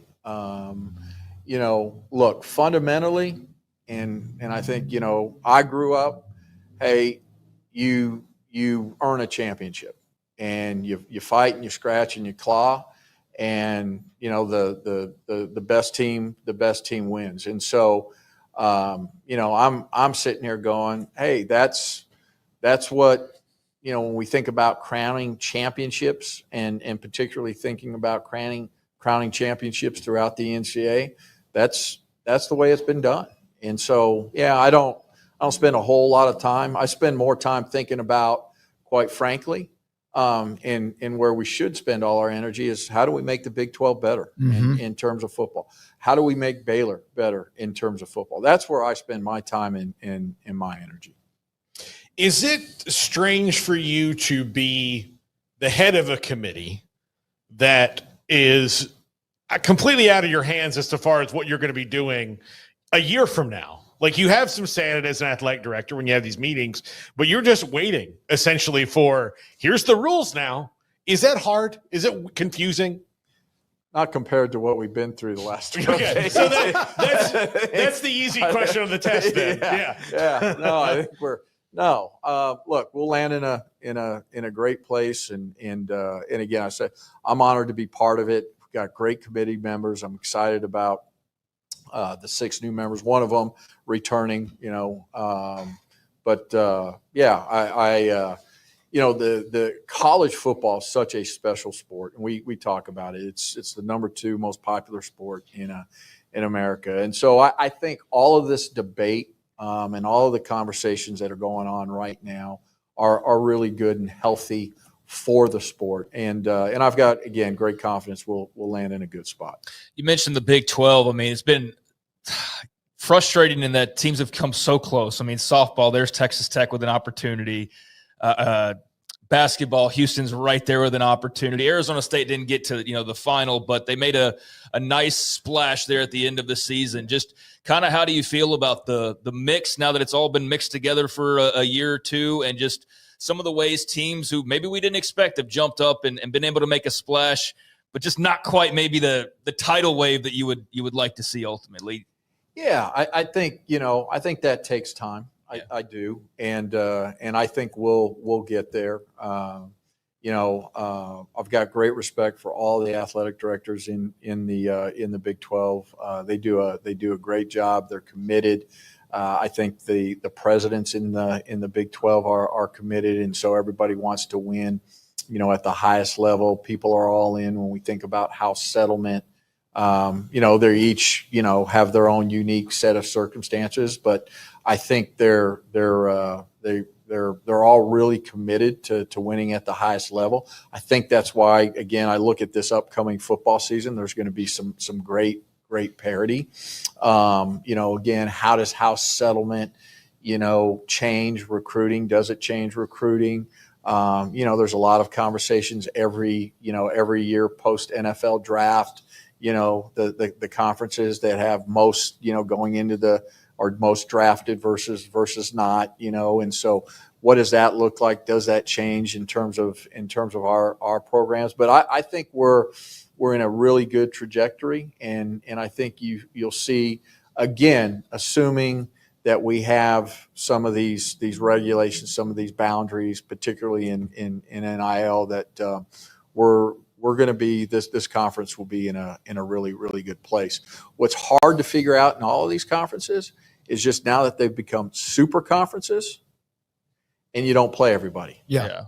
And so how that plays out also, that's something that, we talk about a little bit, but when you talk about 9 conference games and not everybody playing everyone. And so we still don't have any idea how that impacts all this as well. And, every conference now trying to figure out, hey, how do we best schedule regular season?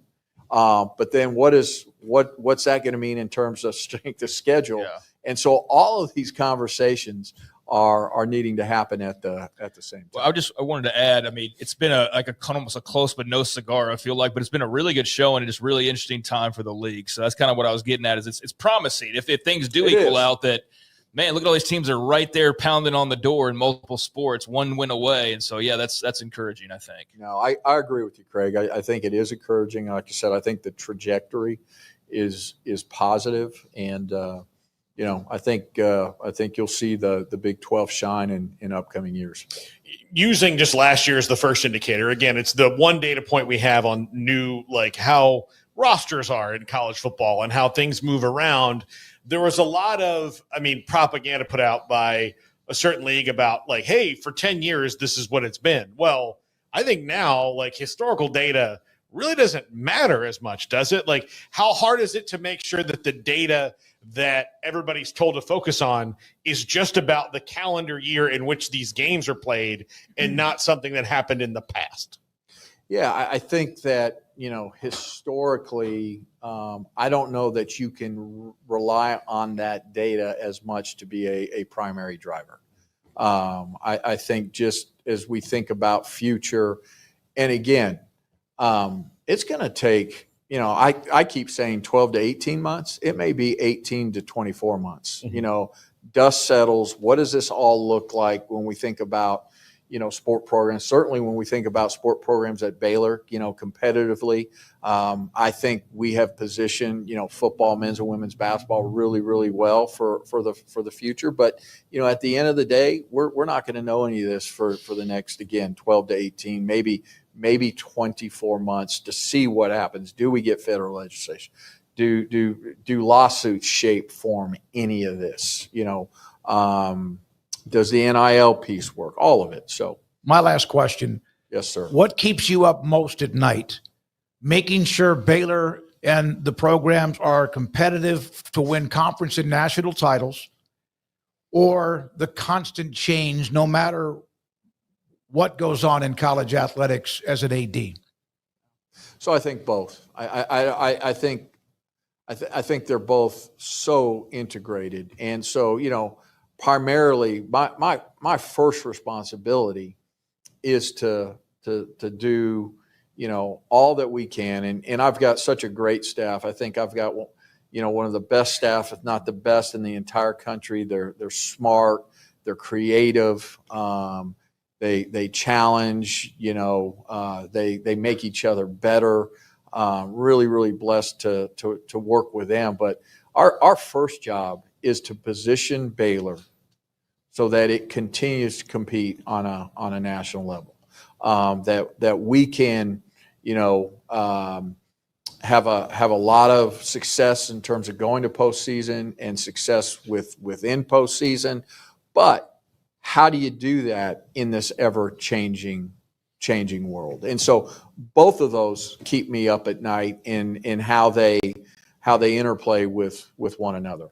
Anything else? No. And I was just going to say, and that's why, for us, we've made some changes within our athletic department. We now have a front office division, a major division. And so how do we professionalize that piece of it when we think about this new and upcoming world? How much of a difference has it made to have all these facility projects that came in kind of under this almost deadline? I feel like the timing couldn't have been better for you guys to knock out a couple of big projects before everything kind of all hell broke loose. Yeah, Craig, we were blessed, and we've said that, we got those in, right in the nick of time. If we would have started those 6 months later, I'm not sure we would have been able to do that. And then there was this period of time where, hey, facilities don't mean as much as they did in terms of recruiting.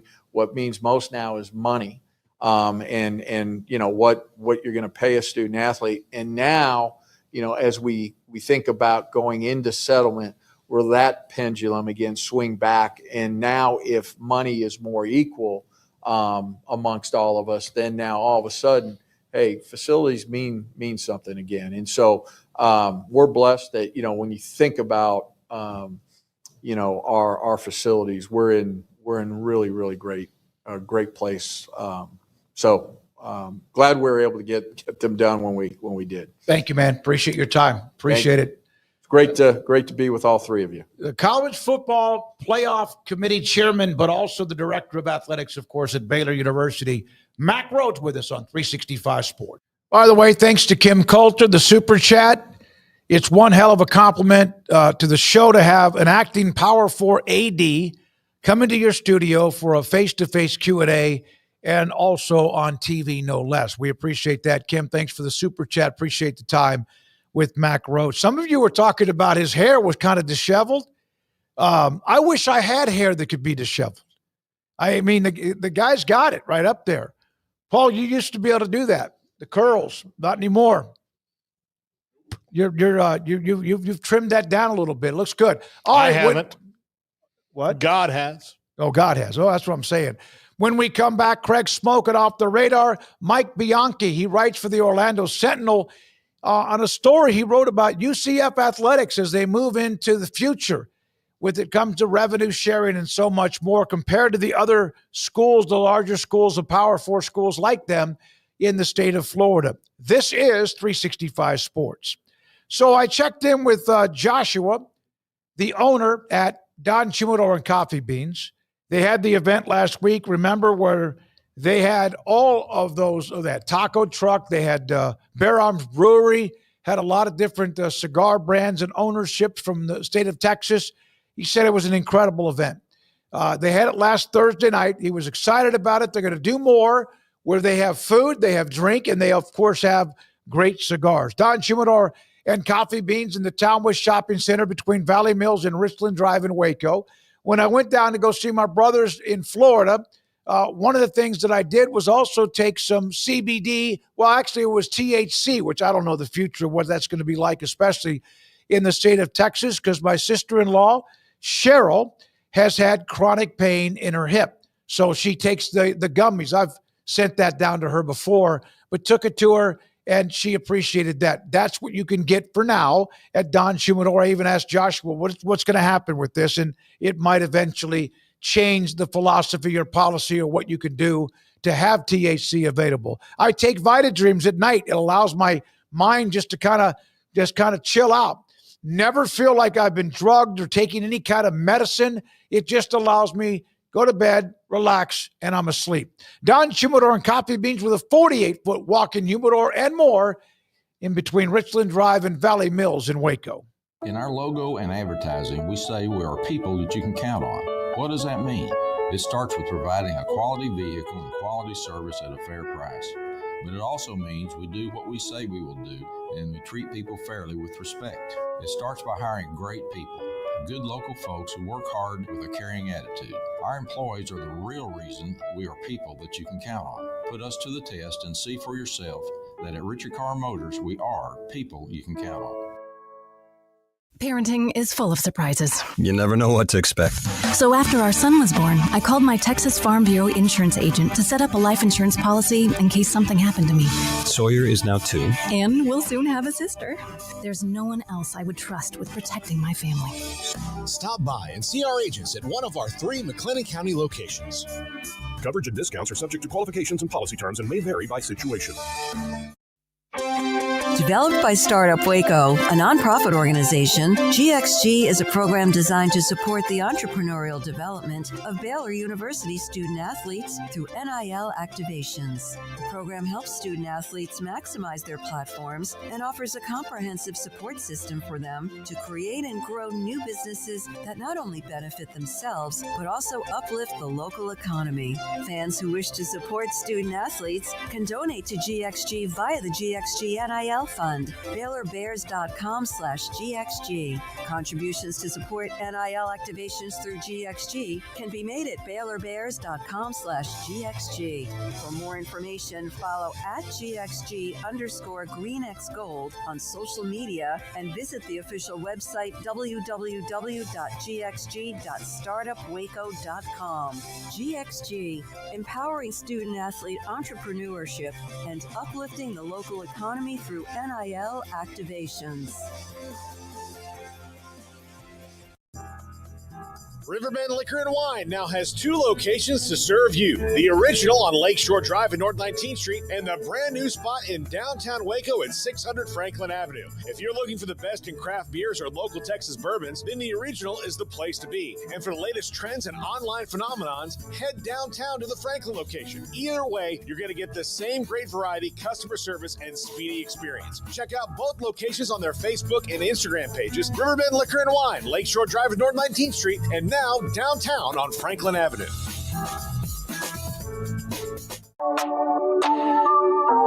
This is Craig Smoak's Off the Radar, presented by Alliance Bank. They take pride in making banking easy. AllianceBankTexas.com. All right, welcome into Off the Radar here on 365 Sports. Back with you, and time to take a look at a couple of different stories going on around the world of sports as we normally do on Tuesdays and Thursdays at around this time. So right now, I'll provide you a little bit off the radar because we talked about this a little bit, but the College World Series, would you like an update here? You guys in here don't need one, and probably most people watching at home don't need one because they probably are like us and just turning their heads and look at their own TV. But for those unavailable to for whatever reason, we are in the top of the 9th inning, and Louisville leads Oregon State 6-4 currently. Do have the Beavers with a man on second base, no outs, and batter with a 2-0 count. So Louisville looks like they're going to the pen to make a pitching change because the tying runner is right there at the plate right as we speak. So pretty stressful situation in Omaha as the Cardinals are trying to hold on. And this is an elimination game, so winner will advance, but the loser is done for the year. So Louisville turned into one of their relievers to try and get 3 outs here, but tying run is at the plate. So that is where we stand with that currently. Some good drama here in the College World Series. Later on tonight, it will be UCLA and Arkansas. UCLA in the elimination game after losing to LSU last night 9-5. So Bruins and Razorbacks in a Big Ten SEC battle that's scheduled to start at 6 o'clock on ESPN. And the winner of this Oregon State-Louisville game will go on to play Coastal Carolina, who I would imagine has to be as refreshed as anybody, fellas. It feels like they haven't played in about 6 days now at this point. They took care of business so quickly over the weekend, the first to move on to the next round. So they are awaiting the winner of this game right here. And then later on tonight, whoever emerges from UCLA, Arkansas, they will get Garrett Ross's LSU Tigers in the other half of the bracket number 2. Yeah, Coastal and LSU. Obviously, they're in winners bracket, but Coastal right now is my favorite. Like Mitch Light said yesterday, they've got 1 seed talent with 4 seed mentality, where they've got a chip on their shoulder. They're playing with house money, whatever you want to say about that. But yeah, they've been fun to watch the entire time. I mean, this is a team that rolled into this thing 53-11. They're not messing around. And the Sun Belt was a better league than it probably got a little credit for this year. But shocking. Yeah, true. And I mean, look, it would not surprise me given how laborish this game has been that tomorrow Coastal just goes out and rolls through whoever wins this game and then sits and awaits the other team. Yeah, we'll see if that's how it in fact goes. But some drama here. So Coastal, I'm sure, watching with bated breath as they're going to have to get beat twice. Being unbeaten, Coastal in a really nice position, but do have some drama here. We'll see if Oregon State can walk it off or maybe send this one to extra innings, or Louisville's able to hold on before the show. We'll certainly have that result. But yeah, tomorrow you'll have Coastal versus the winner of this game, either Oregon State or Louisville, at 1 o'clock on ESPN. And the other side of the bracket, LSU versus whoever they end up facing, will be a 6 p.m. game. So rolling on along with the College World Series there in Omaha. One thing that's not rolling on along is a dream race. This has hit the front page of ESPN, so it's not really off the radar, but it's definitely not something we've talked about outside of when this was initially announced. But do you remember Noah Lyles, USA track star, 100-meter champion in the Olympics? Do you remember the race that was set up between he and Mr. Cheetah, Tyreek Hill, as far as a NFL star and an actual track star racing against one another? Do you have any recollection of us bringing that up a few months ago? I do. Yeah. Smokey, I'm not so sure. I mean, no, I don't remember. I do know that the Cheetah wanted to do a match race. I didn't know it was Noah Lyles, but yeah, I mean, the guy can fly, and Lyles is an Olympic. Did he win the champion? Did he win a gold? Gold? No, Yeah. I think so. Yeah, So, he won gold last year in Paris. I'm going to go with Lyles unless he's out of shape or he's not training, because I don't care how fast Tyreek Hill is. That guy's an Olympian. All right, well, doesn't matter who you're going with because the race is off. The race is not happening. Oh, damn it. I've had such a build-up for that. And Smokey, guess who pulled out of it? If you Let me get to that. Yeah. Okay. Oh, go ahead. Let me actually get to the information on how this all occurred. But Noah Lyles was going to race Tyreek Hill, Miami Dolphins wide receiver, but the Olympic champ has canceled the match as he cited personal reasons. Originally, Hill had, after Lyles won gold, called him out and challenged him to a 50-yard race. This was last summer. Lyles, took him up on racing, and they actually, according to Lyles, got really deep into holding the race this weekend in Times Square, New York City. Lyles told reporters at an event in France, "We were very deep into creating this event. In fact, it was supposed to happen this weekend. Unfortunately, there were some things, complications, personal reasons that it just didn't come to pass. But we were full on. We were going to shut down Times Square and everything. It was going to be a lot of fun." And so these two had been trash talking quite a bit.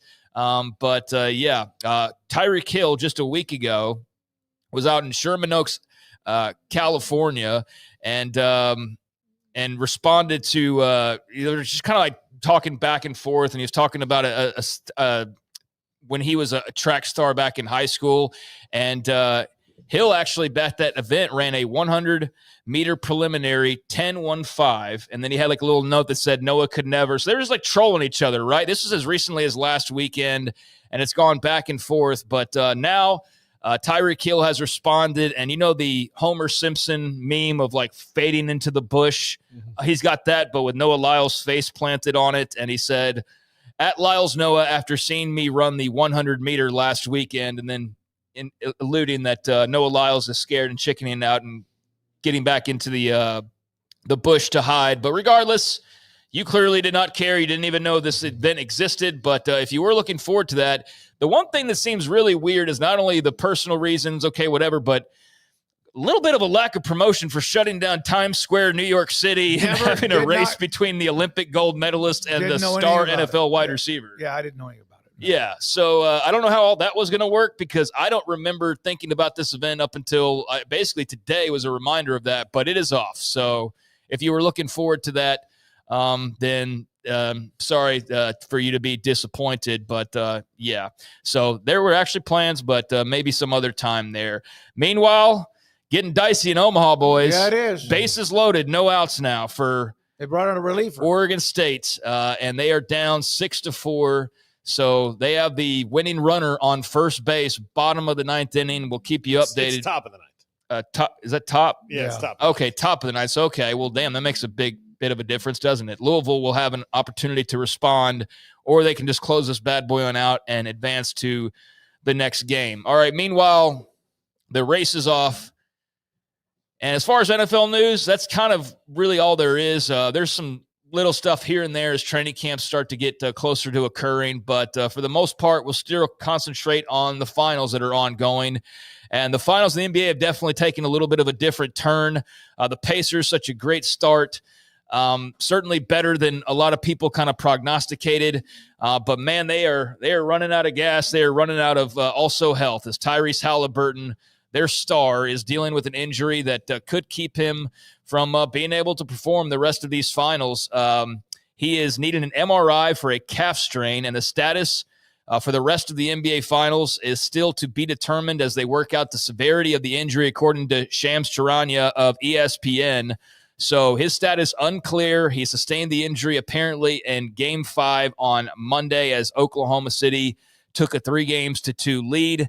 And so, one win away. Oklahoma City's got to feel great about their opportunity now to go ahead and drive a dagger home, because I think a lot of people felt like the air leave the room for Indiana the other night. Yeah. Now you add in a Halliburton injury, and it's really starting to look dicey for them. So we'll have to wait a couple more nights for that to get back on track, as Game 6 will take place Thursday in Indiana. The Pacers looking to avoid elimination. That'll be an ABC broadcast there on Thursday night. But no Halliburton, no chance. And even with him, these finals, he has not been his best self. As much talk as there was about him leading into these finals, definitely not, I think, the performances that he wishes that he could put out there, and certainly Pacers fans wishes that he would put out there. So, Indiana, Oklahoma City Thursday night, but good chance Tyrese Halliburton will not be available. Yeah, and he was 0 from the field last night. Yeah, man. It was not his best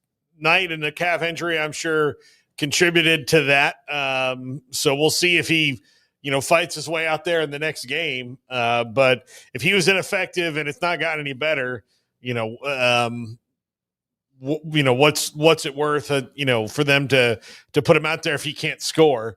So I appreciate him trying to be out there and play for his team. You can't question his heart or his toughness or anything like that. But yeah, completely ineffective and clearly injured, and they're clearly in a world of hurt now there in Indiana.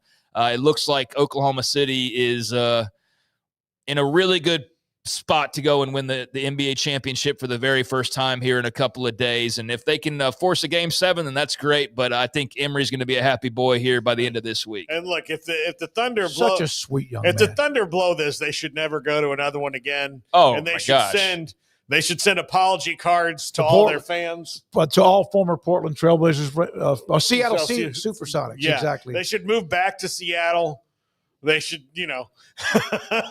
Did they not just sign sign an extension? Like they should, they should tear that up. Yep. They should just tear it up and say no. And look, Shea is so good. He's so freaking good. And he's so annoying because he is a free throw merchant. That's for sure. Like, there's no doubt about that. Two things can be true. I think it's funny that fans are like, no, he's not a guy who flops or leans into fouls and all this stuff. No, he's just really good at it. But every time you watch a game, you look up, he's at the free throw line. Yeah, so he's really good at it. He also drives a lot. He also gets fouled a lot legitimately. He takes a lot of shots. He takes a lot of good shots. Your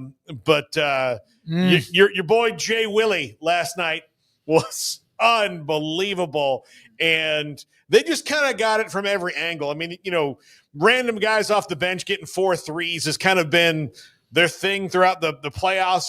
It's not just about they were the 3 stars. of 16 shooting threes last night, though. They didn't make Oklahoma City. No. Oh, really? That was Game 4. Oh, okay. Yeah. They had one of their bench players made 4 by himself. I mean, so they've gotten that throughout the playoffs where somebody comes out and shoots 4 threes, and then that's kind of the difference in the game because SGA and Chet and those guys are going to get theirs. But when you have Williams go off for 40 last night, I mean, that's well above his average. So I don't know how when you get a normal night from SGA and way above his average from Williams that you're not going to win that game if you're Oklahoma City. You could feel and Indiana nothing from Halliburton. Nothing from Halliburton. They're in a good spot. Halliburton and the Pacers very much not. We'll see what his status looks like for Thursday night. But it's not looking great unless you're an Oklahoma City Thunder fan. And while the good news is rolling on along, Emery kind of chimed in. I doubt you could hear him, but the Thunder signing officially a 25-year agreement to stay in Oklahoma City.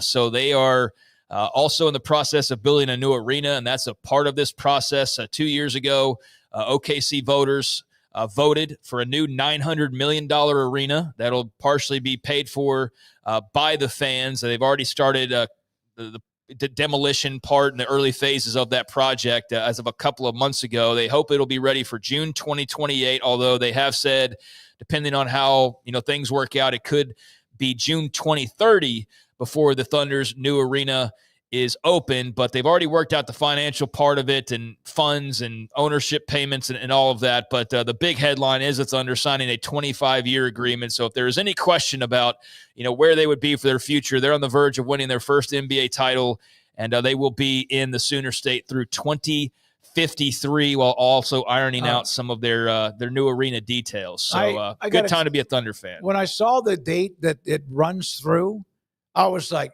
damn, that's a long time from now. No, it's not. I hope I'm around at that time. I'll be 91. 2050 plus. And that's 40 years from now. I want to see you try to say Shea Gilgeous-Alexander at 91 because I can't say it at 66. I can only imagine where your brain will be at that point. But yeah, Lord willing, right? That is a long time away. And then again, it's really not. So I got the NBA Finals coming back on Thursday. Meanwhile, Stanley Cup Finals.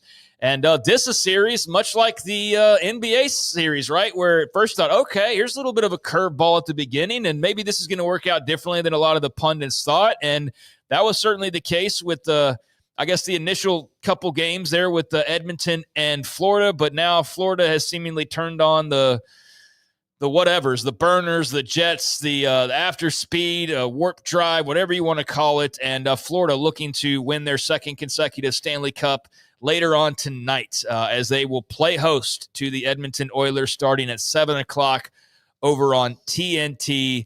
So Florida up 3-2 has definitely looked like the better team, I think, overall.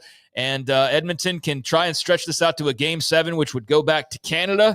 But Garrett Ross, our resident hockey fan, how do you feel about tonight? Is it the end of the road for the NHL season, or is Edmonton going to make this thing interesting? I think it's going to be the end of the road, man. Like, I think it's going to be a really good matchup. I think Edmonton will give it all they can do. But at the same time, like, they're in a weird situation like Dallas was, where you pulled Stuart Skinner and you elected to put in a different goalie. Now, I haven't seen if Skinner's going to get the nod tonight. If he does, I think that would benefit them.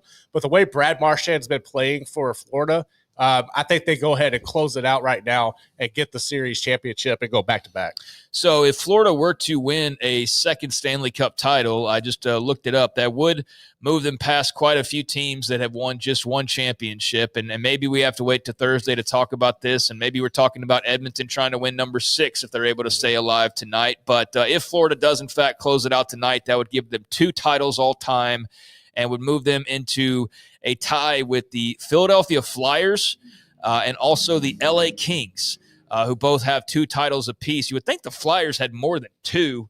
I don't know the history of the game and all that, but that's who they would potentially be joining up with, and they'd pass teams like the Stars and the Blues and the Flames and various others that have won 1 title apiece. So that's just one of the things that's up for grabs later on tonight, but we'll see if Edmonton can extend it. So NBA Finals, couple nights away from getting back to business. Stanley Cup Finals on the docket tonight, as well as the College World Series, and an update to close it on out. Oregon State able to tie things up in the top of the ninth. On an error. It is 6-6, but they were limited to any further damage, although that was pretty good. So now Louisville will go to the plate in the bottom of the ninth and try to walk this thing off to advance into the next round. There was a shortstop who's been brilliant, just misplayed a ground ball that might have been a double play, and they would have led by at least 1. I think he got distracted by the runner.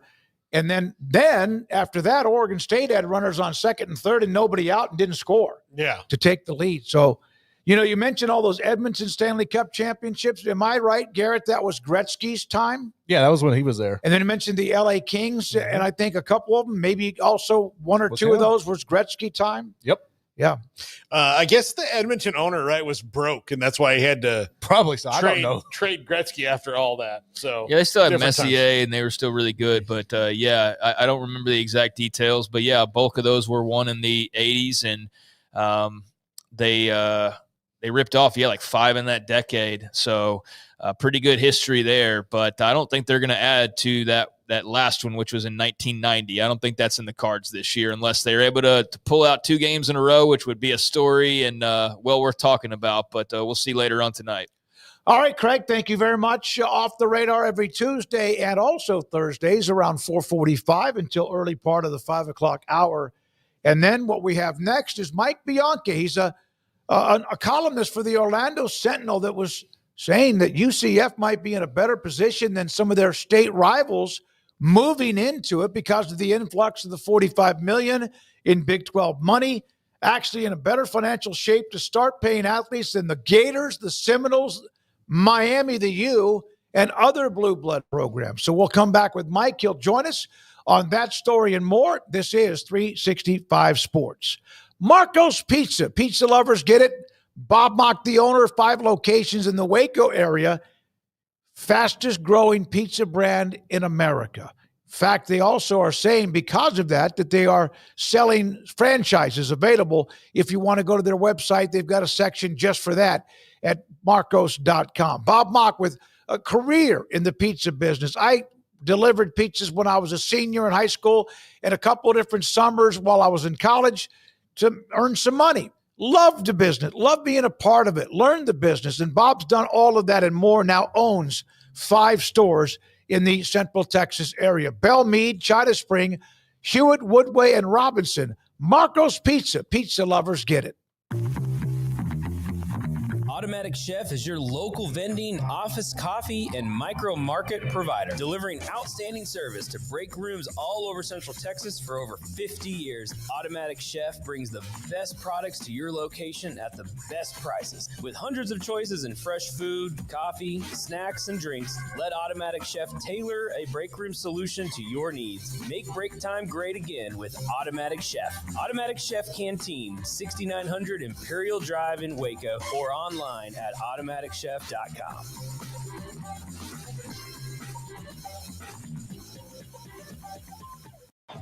Baylor alumni are more than 160,000 strong. When we all join hands to support our university, we don't just move the needle, we move mountains. Working together, we create life-changing opportunities for students on the field, in the classroom, in the laboratory, and in life for generations to come. So get connected, get involved. Learn how at baylor.edu/alumni.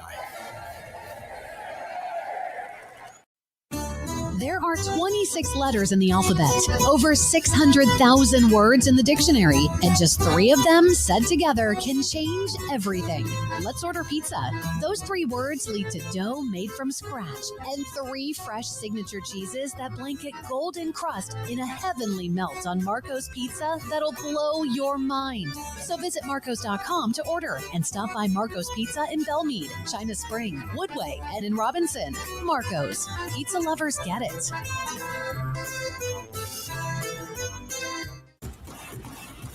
Petty Clinic Men's Healthcare in Woodway is now proud to offer you men an exceptional weight management body sculpting product called semaglutide, also known as Ozempic or Wegovy. Semaglutide is an FDA-approved weight management medication. Once-a-week injections of this powerful medication offers an average body fat weight loss of 20% within the first year of treatment. In addition to body sculpting, semaglutide also normalizes blood sugars and has the clinical research proof of reducing blood pressure, cholesterol, stroke, and heart attack risk. If you're like most men and you have stubborn fat that will just not respond to typical diets and exercise, then help is finally here. Semaglutide, affordable, highly effective. Google search Petty Clinic Waco and reach out to the Petty Clinic team today for a free consultation with Dr. Petty to see if semaglutide is right for you. Go to pettycliniclowt.com.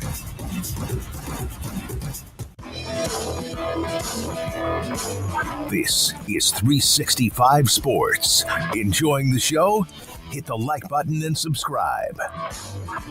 Mike Bianchi, Orlando Sentinel, wrote this. There's a tweet from earlier in the week. In fact, I believe it was yesterday. Man, it was over the weekend. Believe it or not, UCF, because of an influx of Big 12 money, new money, is actually in better financial shape to start paying athletes than the Gators, FSU, Miami, and some other blue blood programs. And then he wrote a column about it. Do we have him? Mike Bianchi joins us from the Orlando Sentinel. Mike, thank you very much for your time. We've had you on before and appreciate your visit with us today. So UCF getting that money, they didn't have that until, of course, they joined the Big 12. They had some. So your thoughts about where they are as they move into the future compared to schools that have basically been running Florida? Well, you got him muted? You're on mute, Mike. He might be on mute. Log off and come back on real quick if you don't mind. Yeah. If you don't mind, there we go. Try to see if we can get him back in to that. Oh, by the way, tomorrow, one of our guests on the show, former Texas and more recently North Carolina football coach Mack Brown, he will join us tomorrow in the 5 o'clock hour. So that's one of the stories. And one of the stories that about the top transfers when it comes to college football since it really began in 2000, not grad transfers, but transfers since it opened up back in 2000 and also 18. We'll have Cody Nagel on the show tomorrow with us as well. Tried it again? Still waiting on. Okay. All right. Waiting on.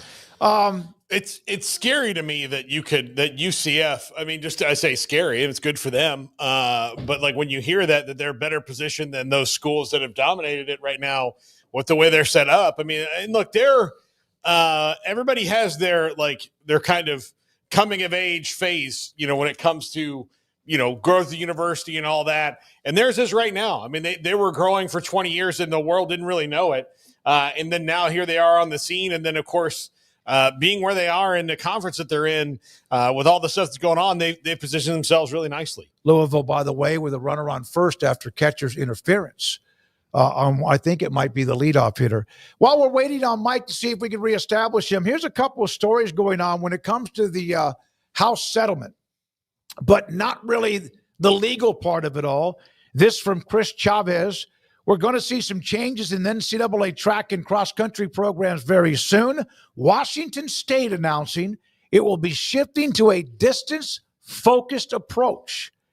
And field events, jumps and throws, no longer be supported effective immediately. And tennis programs are being affected by this as well, as people are universities are cutting back when it comes to support of some of what you'd call the Olympic sports or the ones that are the non-revenue sports. Well, and it's for Wazoo in particular, I think more than half of their overall Olympians have come from the field events, in their time. And so, it's a really bummer that has to shut down. It's not, this is not dissimilar to the institution of Title IX, but there were a lot of programs like swimming programs and all that when Title IX came about, baseball, men's soccer, that went away from schools that had some titles and some things. So this is kind of like that, but it really, for those athletes, it really, really sucks. Yeah, and in some cases, the programs who have not had a lot of, I guess you could say, financial or scholarship money are adding to the number of athletes that they will support when it comes to revenue sharing and also much, much more. Story by Travis Brown, who writes down in College Station. A&M's men's track team won't have revenue sharing next season, but the program will add 30 scholarships for their title defense. That's at A&M. Despite the fact no revenue sharing, they will still be adding scholarships to help get that program, well, at the level they are now, but also bolster the amount of athletes that they can recruit to and sign. Volleyball will have 6 programs, will be one of the 6 programs at A&M. Of course, they were fantastic this year to be a part of revenue sharing. Everybody has to kind of pick and choose where they want to put that money. Mack Rhoades on with us earlier mentioned what Baylor would be doing with their revenue sharing at the $20.5 million level. Nothing from Mike? No. Okay. I just sent you his number, Garrett, in case you want to. Yeah, let's just go ahead and do that. Go ahead and call him and see if we can get him on, if that's okay. And we've had that happen a few times, just a handful of different times. What were your thoughts about Todd Golden and when we had Mack on about the fact that players are going to be getting 10 to 20% of what they have been getting when it comes to men's basketball the last couple of years? Well, that's the fact of it right now, is that if this works, they will, because they won't be able to get straight up and down pay for play, because they'll have to enter into these agreements and it's supposed to clear those things out. I still don't know how that's all going to work. That's the thing, is how does this clearinghouse really work?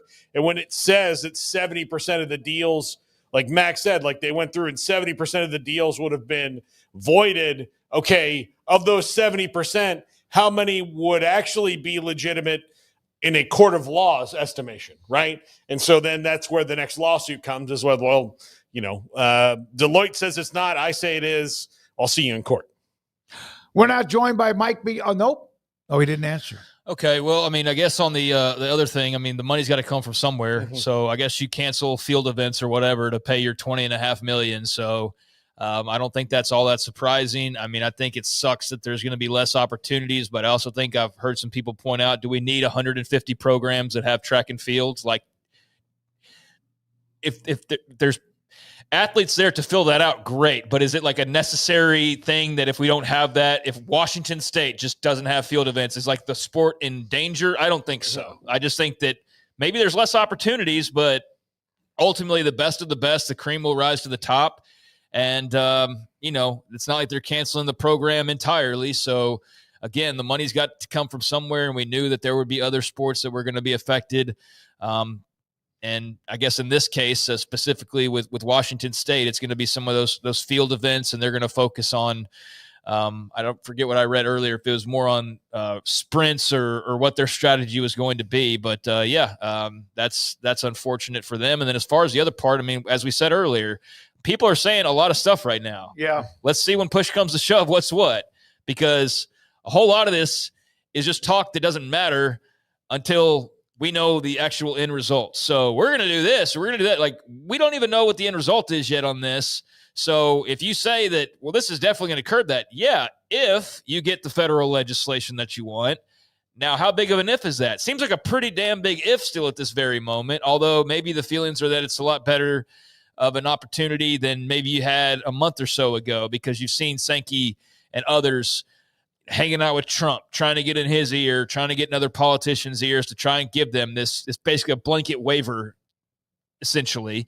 But if that doesn't work, I mean, I asked Mack Rhoades the question, what happens if that doesn't work?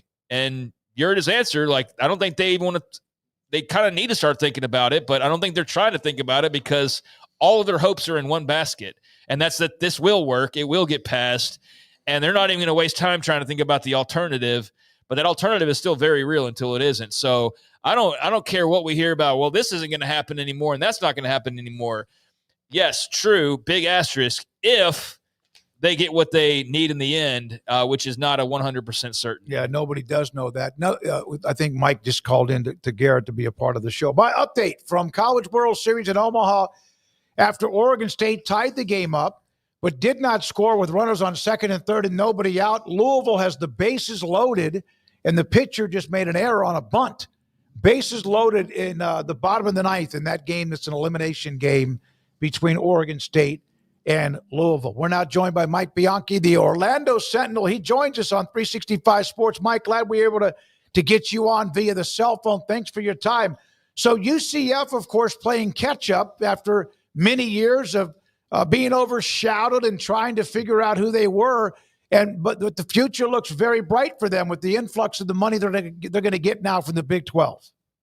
Yeah, they're getting getting a full share of Big 12 money this starting this season, $45 million. Of course, UCF was in a group of five just a couple of years ago where they were getting $8-9 million from the American Athletic Conference. So this is like a windfall of new cash for them, which of course comes at just the right time because everybody's scrambling to try to find money to pay players, and UCF's like, hey, we got money right here.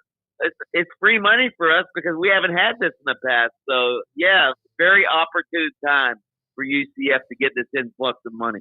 Does that make them more, like you said, uniquely positioned to kind of capitalize on it because they know how to win on the cheap, essentially? I think so.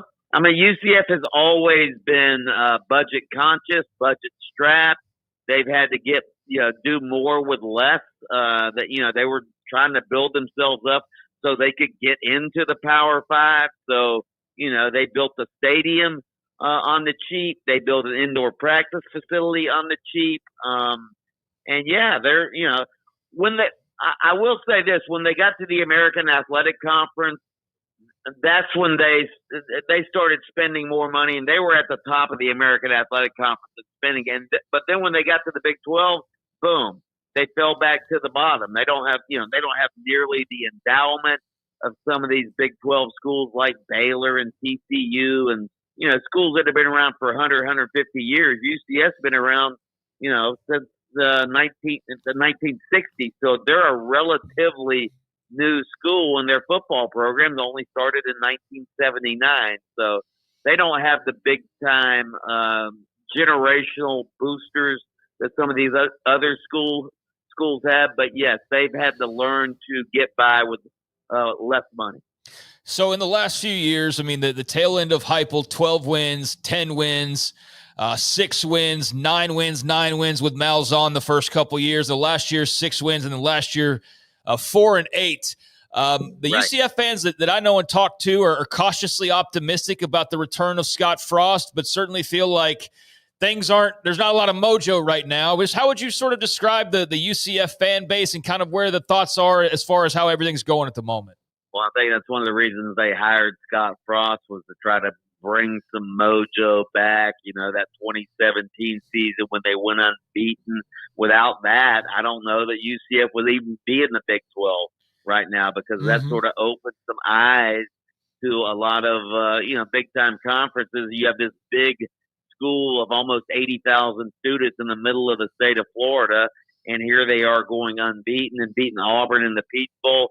So yeah, that was a magical time at UCF. Scott Frost was the coach, and then of course he left for Nebraska, and UCF fans were down about that, and now they're bringing him back. So they're trying to get some of that mojo back with Scott Frost, even though he failed miserably at Nebraska. But I think UCF fans right now are pretty realistic. There's a reason Gus Malzahn bailed out. I mean, he bailed out. He did not get fired at UCF.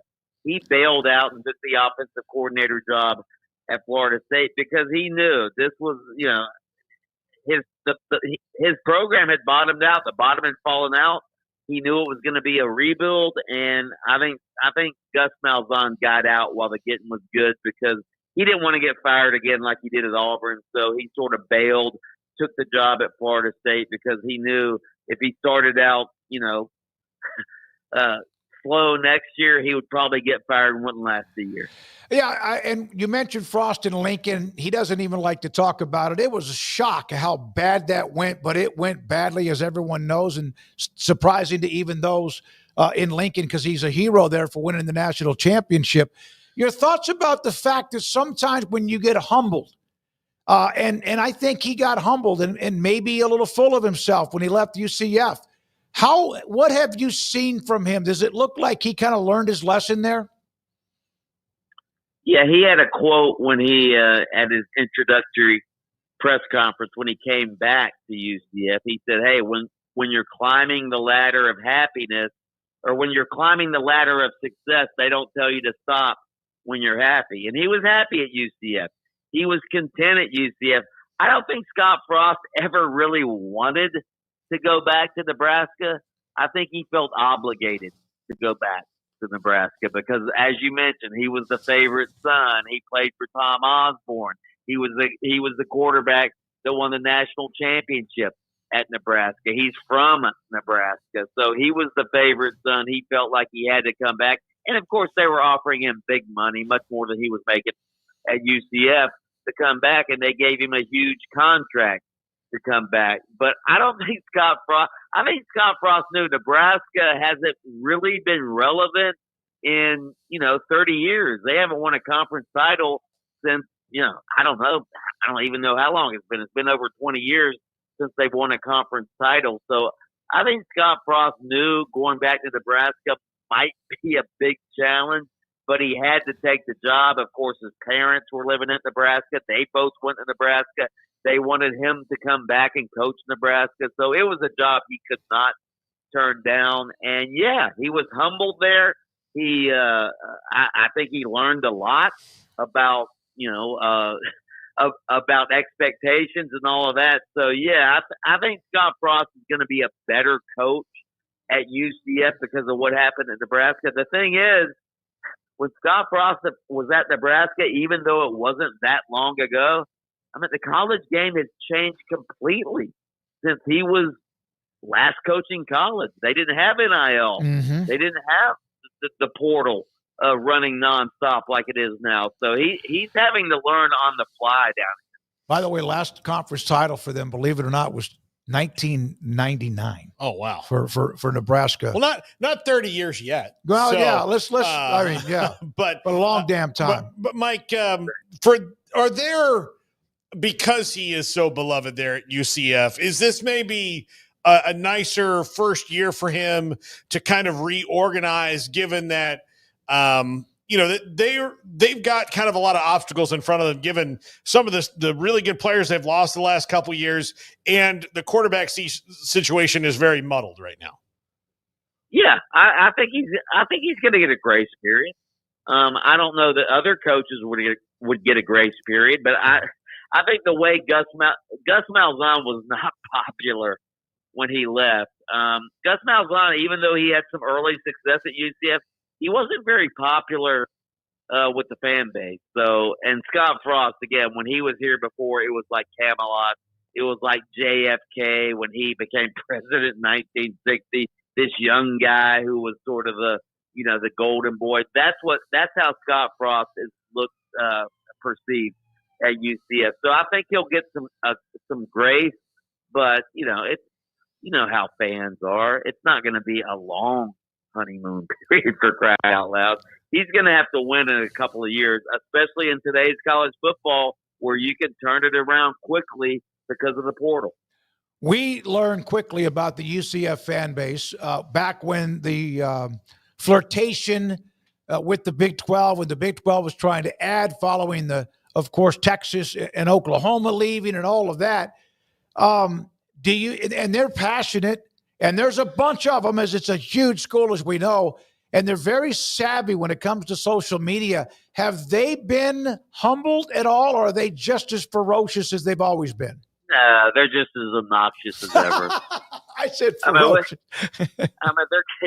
Ferocious is one way of putting it. But yeah, they're a young, brash, obnoxious fan base. It's a young school, as I mentioned, and their fans are younger, and they are on social media. They call themselves the Twitter Mafia because they're so hard hitting on social media. And UCF as a program, I mean, they play to that because they have a UCF social media department. I mean, they're they're on the cutting edge of social media when it comes to college football. They have a guy, Eric DeSalvo, who's in charge of it, who's like considered one of the best in the business. So they play to that fan base. They play to their younger fan base. But yeah, it can be believe me, I know. I write a lot of great stuff about UCF and positive stuff, but the first time you write something negative, man, they just hammer you. How about this? They had kind of been off, even with Frost in that unbeaten team. But when we started discussing them, we knew about them and what they had done. But I made the mistake, Mike, of calling them the Central Florida Golden Knights. So you could imagine, oh my God. I learned quickly. I mean, they attacked. It was like pit bulls and Doberman pinchers.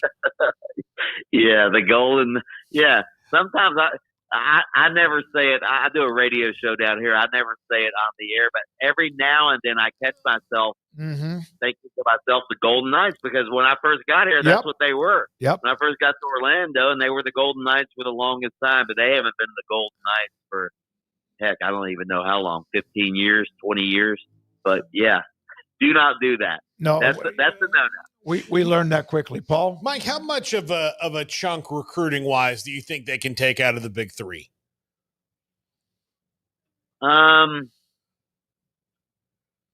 Well, given that, they've kind of already gotten chunks taken out of them. It's going. I think if these new rules are actually enforced, where you have $20.5 million to spend with this new house settlement, that's your salary cap, $20.5 million.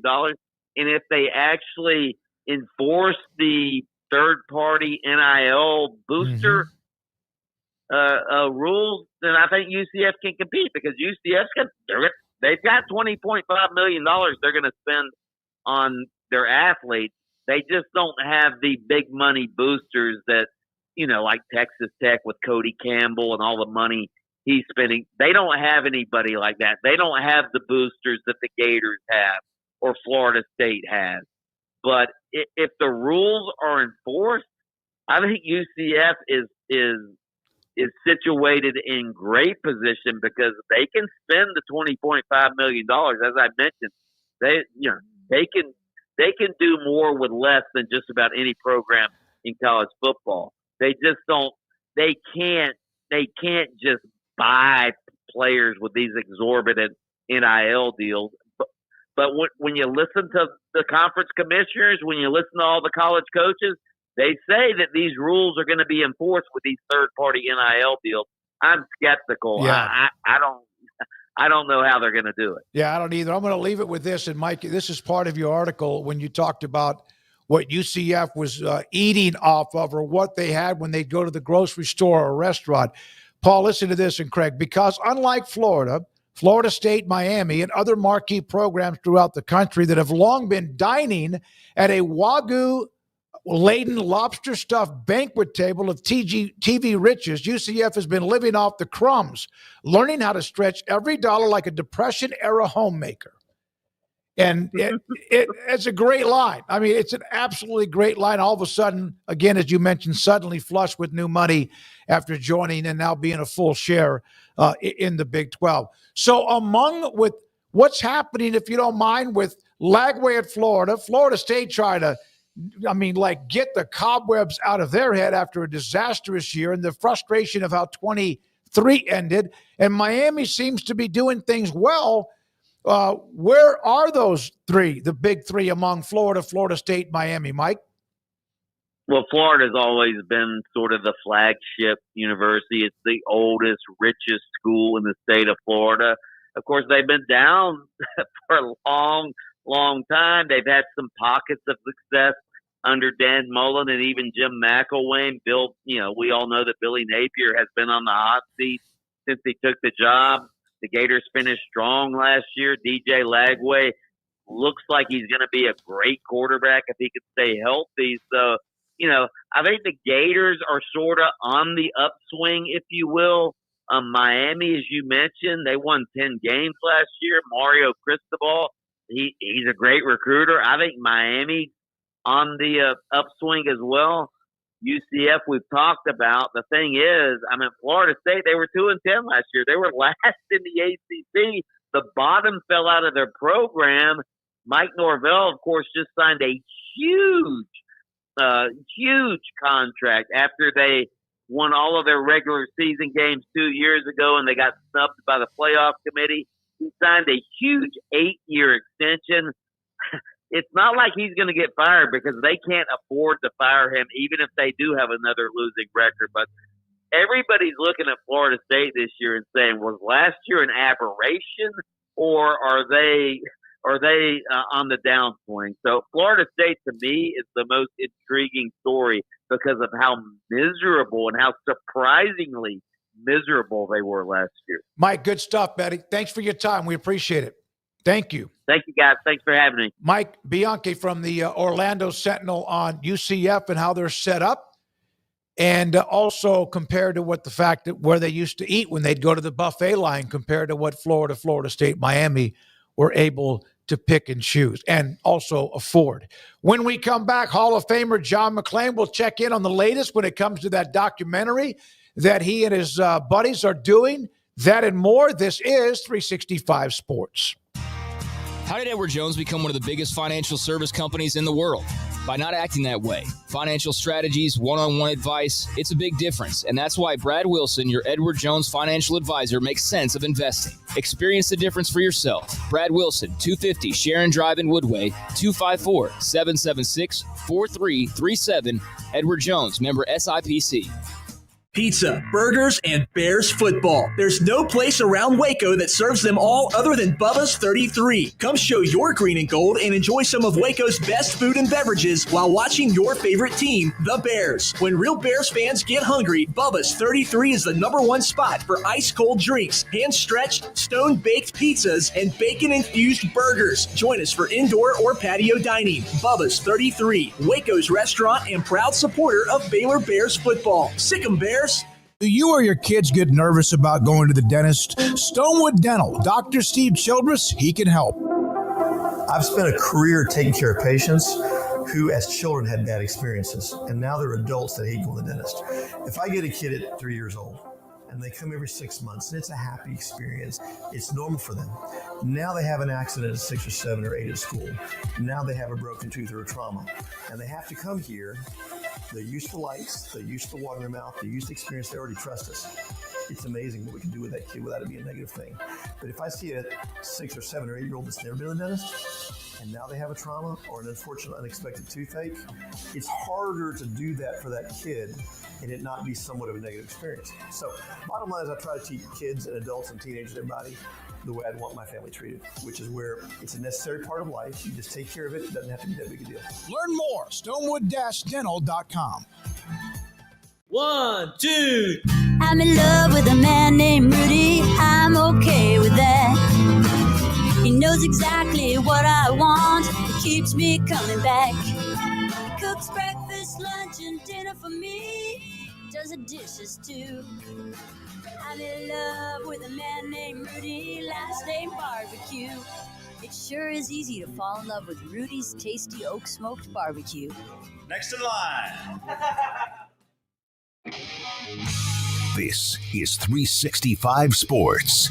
The 5 o'clock hour is sponsored by Edward Jones Investments with financial advisor Brad Wilson. Investing his time and experience back to you and your money during today's changing times. Edward Jones, making sense of investing. Now here's David Smoak, Paul Catalina, and Craig Smoak. All right, here we go. 365 Sports, the Hall of Famer John McClain with us on 365 Sports. And John, I just realized, is this your 50th year covering sports in the NFL? It's my 49th year covering the NFL, and then I covered hockey when I got here. And then, of course, I worked at the Trib for 3 years. So if I'm doing it next year, it'll be 50. Hopefully by then, I'll be doing full-time documentaries. Yes. John, I mean, that's really impressive considering you're only 54 years old. I started when I was 12, Paul. Thanks for pointing that out. I was at Crestview Elementary as a senior when Dave Campbell called me and offered me a job. So, John, I was not here Friday when you were on. I just have one question about Key Largo. What's Jimmy's Sports Bar like? Jimmy Johnson's Big Chill is a big deal, as you can imagine. His pictures are all over it. I tweeted a while ago about our documentary on the Prairie Winners Classic League with video. These are called teasers. I did 3, one with me explaining where we were and what we were doing. Another one was Jimmy talking about the documentary. And he lives 15 miles south of Key Largo, but he says it's easier when people want to come interview him, which I think must be a lot. He comes up to the Big Chill, and it's that way people don't have to take the 2-lane road another 15 miles and eventually get to Key West. But his place is on the water. It's got great indoor-outdoor, great sports bar. They shut it down so we could interview him and had to turn off the air conditioning and everything else because we needed quiet. But his restaurant is fabulous, and it's a huge place, too. And above it, I don't know if he owns it or what. They got some luxury, about 3 levels of luxury, I guess, condos. But it's a great spot. And when Jimmy was trying to leave, people were coming in and they would see him and, oh my God, you're here. And they all wanted their pictures made with him. I told him, you need to have you can't go out the back door because it's the water, at least a side door to slip out. But he was accommodating for everyone, and he was a great interview. Was he always like that? He knew that he had to have a relationship with Randy Galloway. He also knew he had to kind of be not buddy-buddy, but with Dale Hansen. He knew who those guys were that ran the city of Dallas when it came to sports coverage. Has he always been like he is now, or has he actually mellowed in your opinion? I never really kept up with Jimmy when he was at Oklahoma State. I started paying attention to him when he was at Miami, winning a national championship. And I always thought, based on what I'd heard, he was always good with the media, treated the media with respect. Because Jimmy is a very smart, shrewd guy. He knows who's who in the pews, so to speak. Yeah. And he was telling us so many stories when we were not doing the interview. And one of them was about, remember, they were playing the 49ers, I believe, in the playoffs, and he called Randy Galloway's show and guaranteed a victory. Steve Young and the 49ers, yep. He said that Irvin and those guys are like the next day, what in the hell are you doing? And he said, we're gonna kick their ass, and they did. And he could have called a lot of talk shows, but he called Galloway because he knew how influential Randy was. Everybody up there loved Jimmy. And I don't know if they loved him that first year when they won one game. And his goal, he said, with every move he made was to be good by the third year. In the second year, I think they were 7-9. Yep. And then they started winning Super Bowls. So he was a smart guy. He had total control over personnel, and things started to go sour with Jerry when Jerry wanted to get involved in personnel, and that just wasn't going to work. And you never know how many Super Bowls they would have won together. Problem 93, when they'd already won a couple, guys had their rings. They wanted to get paid, and the salary cap came and free agency came. So, but as long as they had their big three on offense, they were capable of winning any Super Bowls. And Jimmy's he's very humble, and he looks great. In the picture that I sent last week with he and us four on the crew, he looked great. And I tell you what, think about it. When he had to go from 15 miles on Key Largo to the Miami airport and then fly across country commercial and then spend the weekend in rehearsals and meetings. And now he said, I got 3 big old screen TVs and I get to watch college football all day. I watch the NFL all day. He said, because I still love football. And he'll be 82 in I think July. And he may be in the best shape he's been in a long time. 31 years ago today, I saw where you retweeted this on your timeline, and we mentioned it when we were in a commercial break.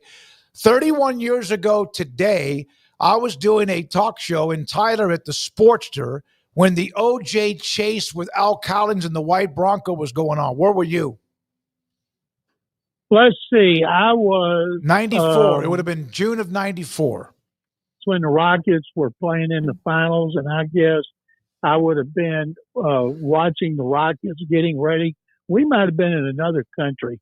When the Rockets were in the finals 2 years in a row and they won, just about everybody but the Astros writer covered them. And I took vacation.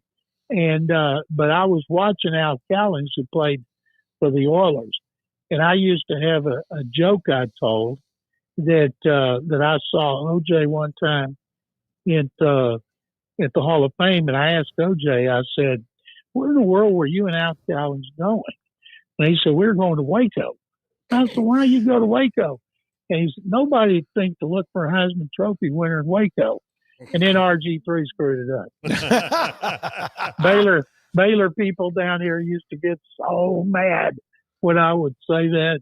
I'd look out in the audience, Don Truell would be turning red because he might have been the closest that came. And then, of course, RG3 won the Heisman. And I've never seen anything as that captivated the country like that. And I've been mesmerized by the whole thing, seen all those TV shows and everything about the juice.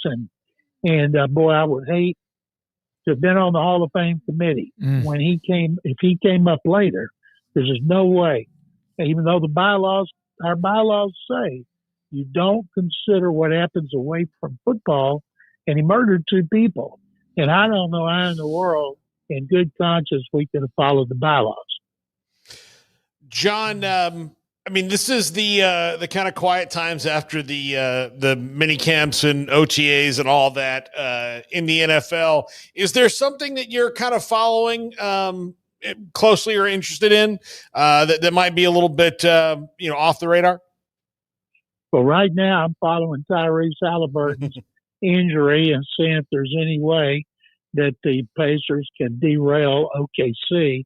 I don't think they will. OKC's been the best team in the league all the time. Tonight, the Florida Panthers are hosting the Edmonton Oilers and can win the Stanley Cup over Edmonton for the second year in a row. Jimmy's people told me, she said their woman that works for him there said the most crowded that sports bar is getting is when the Panthers are playing. And boy, I wish we could have stayed over for that because I'm a big hockey fan. And there's always news in the NFL, but also here, there's a lot of talk. Kevin Durant wants to play for the Rockets. He's got 3 teams. The Rockets are loaded with young talent, 10th overall pick. The things I've seen that the Rockets would want, Jalen Green, the Suns would want Jalen Green, their leading scorer, who stunk it up in the playoffs. The 10th overall pick, Jabari Smith, a former, I think, third, a big man, power forward. And then Reed Shepherd, last year's point guard, who I think was the 3rd overall pick. And I certainly would not give that up for a player that's going to be 37 years old.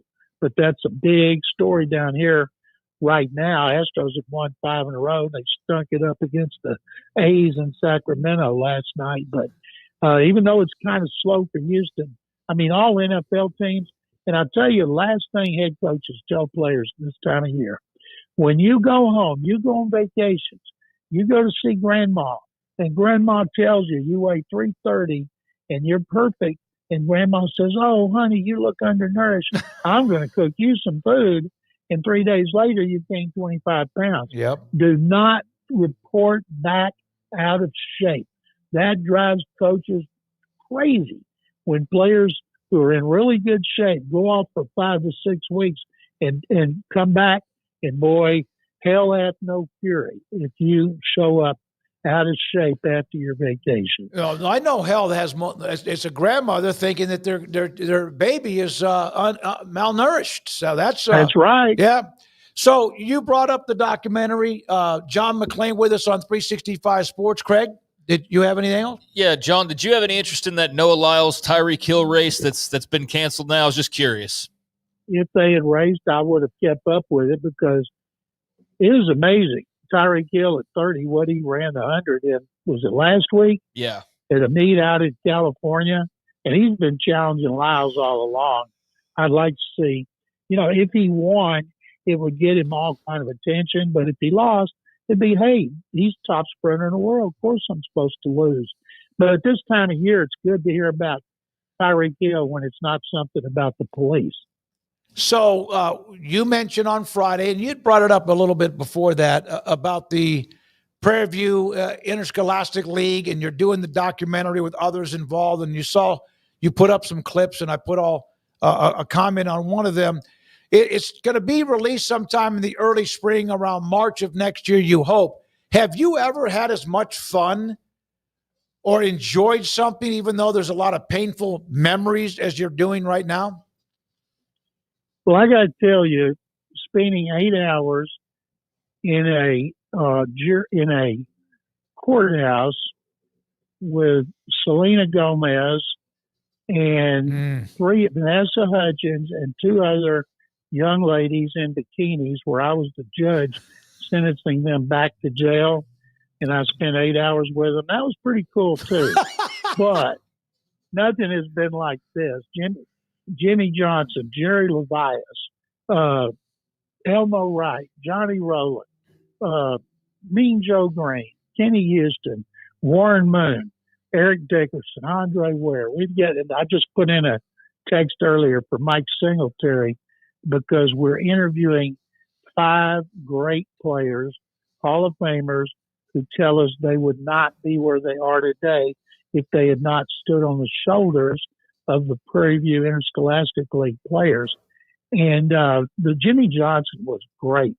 talking about it. And he's talking about it, how bad it was looking back, but they didn't realize it at the time. And he was tremendous. I'd say of all the people we've interviewed, and we've got others we want to do, we're going to a winery in Brady and spend the night and have a lot of wine with Alphonse Dodson, Santana's daddy, who played for the Raiders, when Eldridge Dickey, the greatest PVIL quarterback, played for the Raiders when Al Davis moved him to wide receiver. And I can't wait to go out there and do that. So we're having so much fun, and I'm still hoping before I die to do one after this on the Southwest Conference. John, thank you very much, buddy. We appreciate your time.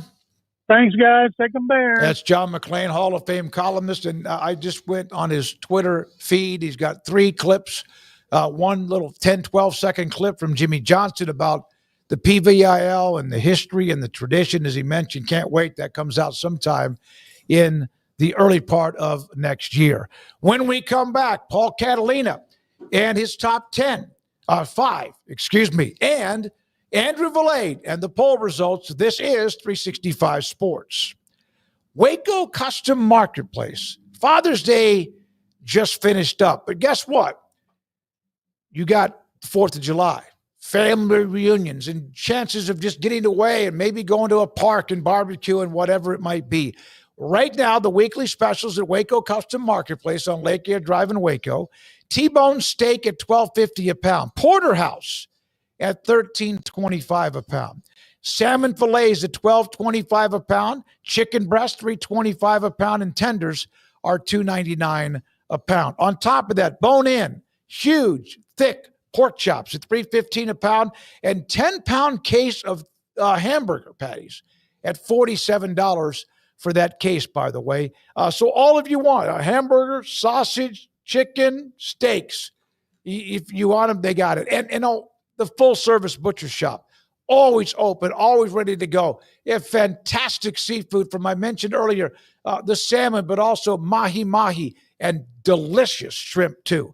A lobster tank that's always filled with big, huge live lobsters, and the full-service bakery. Cold beer and wine, always there as you walk in the door to the right. Waco Custom Marketplace, 425 Lake Air Drive in Waco.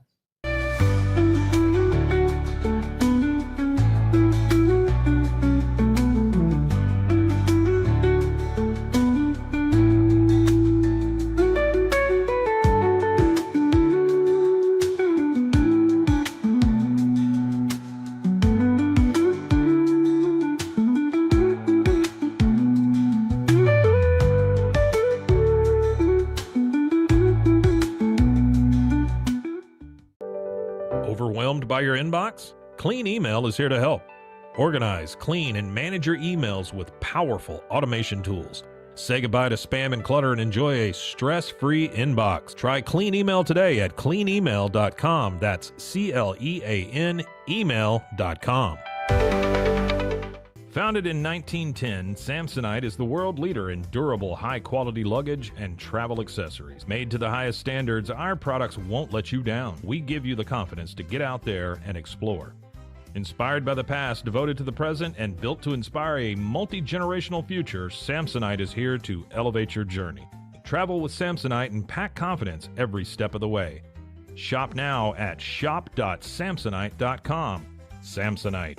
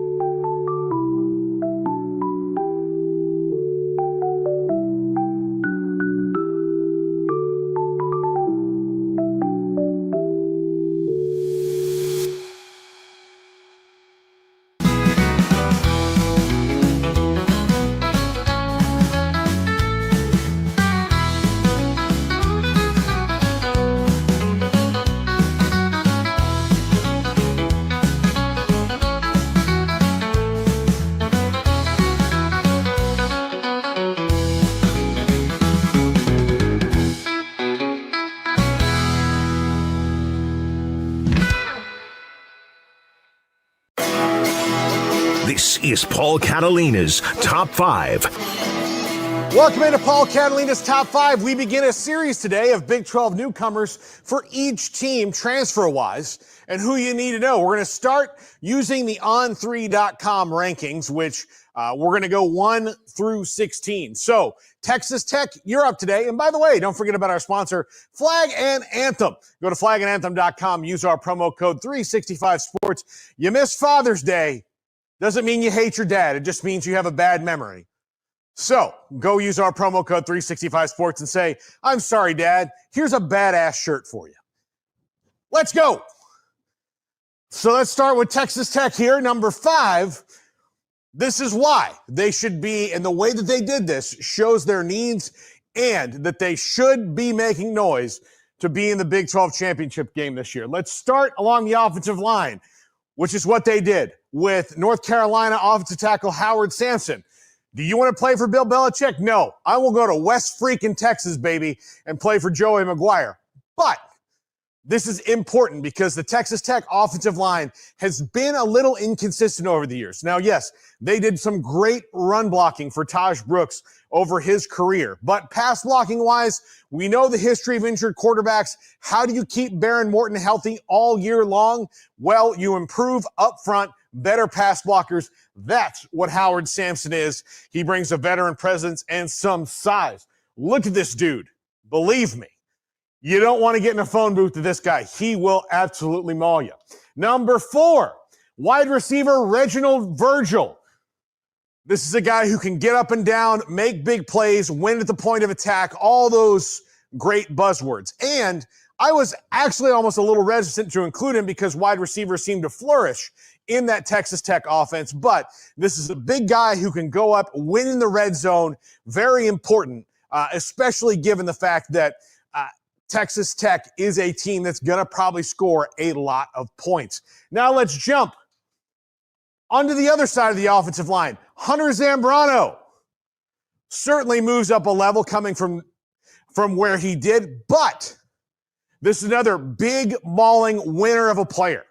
When you get a guy who has won as much as he has, and he knows how to direct an offensive line, this is what you need. You've got bookend tackles. It will help the inside guys. Zambrano and Sampson really going to help them out quite a bit. Number 2, probably my favorite one, safety Cole Wisniewski, North Dakota State. He did not play last year, and I'm usually reticent of guys who are out for most of the year with injuries. But this guy is an absolute punisher in the secondary. So when you try to get deep on Texas Tech this year, you've got number 5 coming at you, Cole Wisniewski, with hate in his heart. He is absolutely coming to punish you.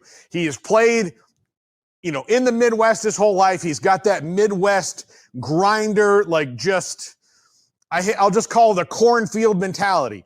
The guy will just go out there and lay the wood. Absolutely, Cole Wisniewski. I can't remember Tech having a player this physical in the secondary in quite some time, perhaps even going back to the Southwest Conference days. That's how long it's been since they've had a guy who is he's a lethal weapon when it comes to tackling back there. Number 1. This one was easy. Stanford defensive end David Bailey. Look, obviously a smart guy. He went to Stanford. And all the space he used for fancy book learning out the window at Texas Tech. You knew I had to zing you at least once. All jokes aside, this was a really good pass rusher on a very bad team last year.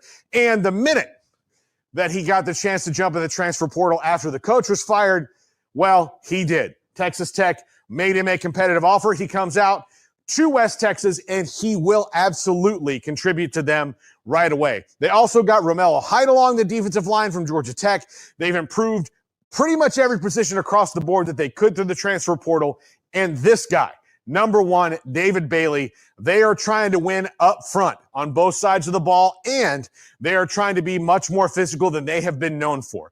That's a huge step in the right direction for Tech because nobody can say over the last 20 to 25 years that they have not been one of the better finesse teams in the country. But what eludes them and what has kept them out of the conference championship picture over and over and over again is their lack of physicality.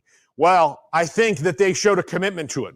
We'll see how it works out. The transfer portal is the most inexact science that you can get in building a football roster, but Texas Tech was aggressive and went and got some dudes with some skins on the wall in the transfer portal this offseason. That's going to do it for us. Smokey's got some polls to read. I will see you tomorrow. All right, let's look at them. Andrew Valade put them up. I didn't vote on the second one. I might have missed that one. But the first one, should Texas State out of San Marcos, the Bobcats, we discussed this at length yesterday, should they join the Pac-12? 64%, two-thirds of the vote, yes. 18% no, and 18% on the fence out of 216 votes. Yeah, I mean, I don't know what reasons people would have. I mean, some of it's, there's just a dude who's like, I'm just going to say whatever just to say it, and, on online voting. But I think it makes all the sense in the world, and I don't know why you would say anything but yes, unless you just didn't have all the details, so you'd be on the fence about it. But it seems like a pretty pretty big no-brainer for Texas State. Look, if I was any team in the Pac-12, I would just want it for the football game beer sales from the 3,500 people who would fill out the allotment alone. I'm telling you, not that Pullman, Washington can't throw it down, but those 3,500 coming to Pullman, they got to drink beer somewhere. What was the game when they ran out? When did they run out of beer? Was it a bowl game? The bowl game they went to. Was it the Independence Bowl? Something like that. Yeah, they just completely ran out of beer. Well, for those that aren't from Texas, Texas State used to be known as Southwest Texas State, and it was known as the party school in the state of Texas. I mean, as far as when I was growing up, it was Southwest, as we used to refer to it, was where you went to have the college experience. And I think it's probably still that way. It's just a different name and updated logos and all that. But look, fun school. The big activity is to go get drunk while laying in an inner tube on the river. Yeah. They know how to do it. Yeah. You float to Guadalupe. Yeah, float to Guadalupe. Also, there was a place called Stinky Falls where you tried to, as young high school and college kids would hang on to the walls where they had the water chute going this way from the river, and who could stay on or who could get ripped off the wall. That was How'd you do? I did okay. Back then I did okay. I was wiry. Also, will the OKC Oklahoma City Thunder close it out in Game 6 after their win last night? 59 say yes, and 41 say no. The Patriots force a gut-wrenching throw-up moment for Emory Winter and our staff on a Game 7. I mean, as much as I want to see Emory have to suffer through a possible Game 7 and then what all that would entail, I'll be happy for him begrudgingly, I guess. But no, I think this reminded me of the Big 12 2 weeks ago, or maybe it was a week ago. Tyrese Halliburton, I guess it had to have been a week ago, had a big game, and they were whoever the Twitter person was celebrating Iowa State's Tyrese Halliburton. It's like, you do realize Stillwater's in Oklahoma, right? The Oklahoma State Cowboys, there's a lot of Thunder fans, and that's what they ran into. I don't have a dog in the fight, but it does feel like it's OKC's all the way now at this point. He's not a major factor, but he's one of their role players. But Kenrich Williams is still there. Adam Flagler's there, right? Who else is there? Emory, there's another. On OKC? Yeah. I think there's another Baylor player, right? That's on the or that's in. No, the Baylor player is also on Indiana. Yeah, there's one on each team. Yep. Yeah.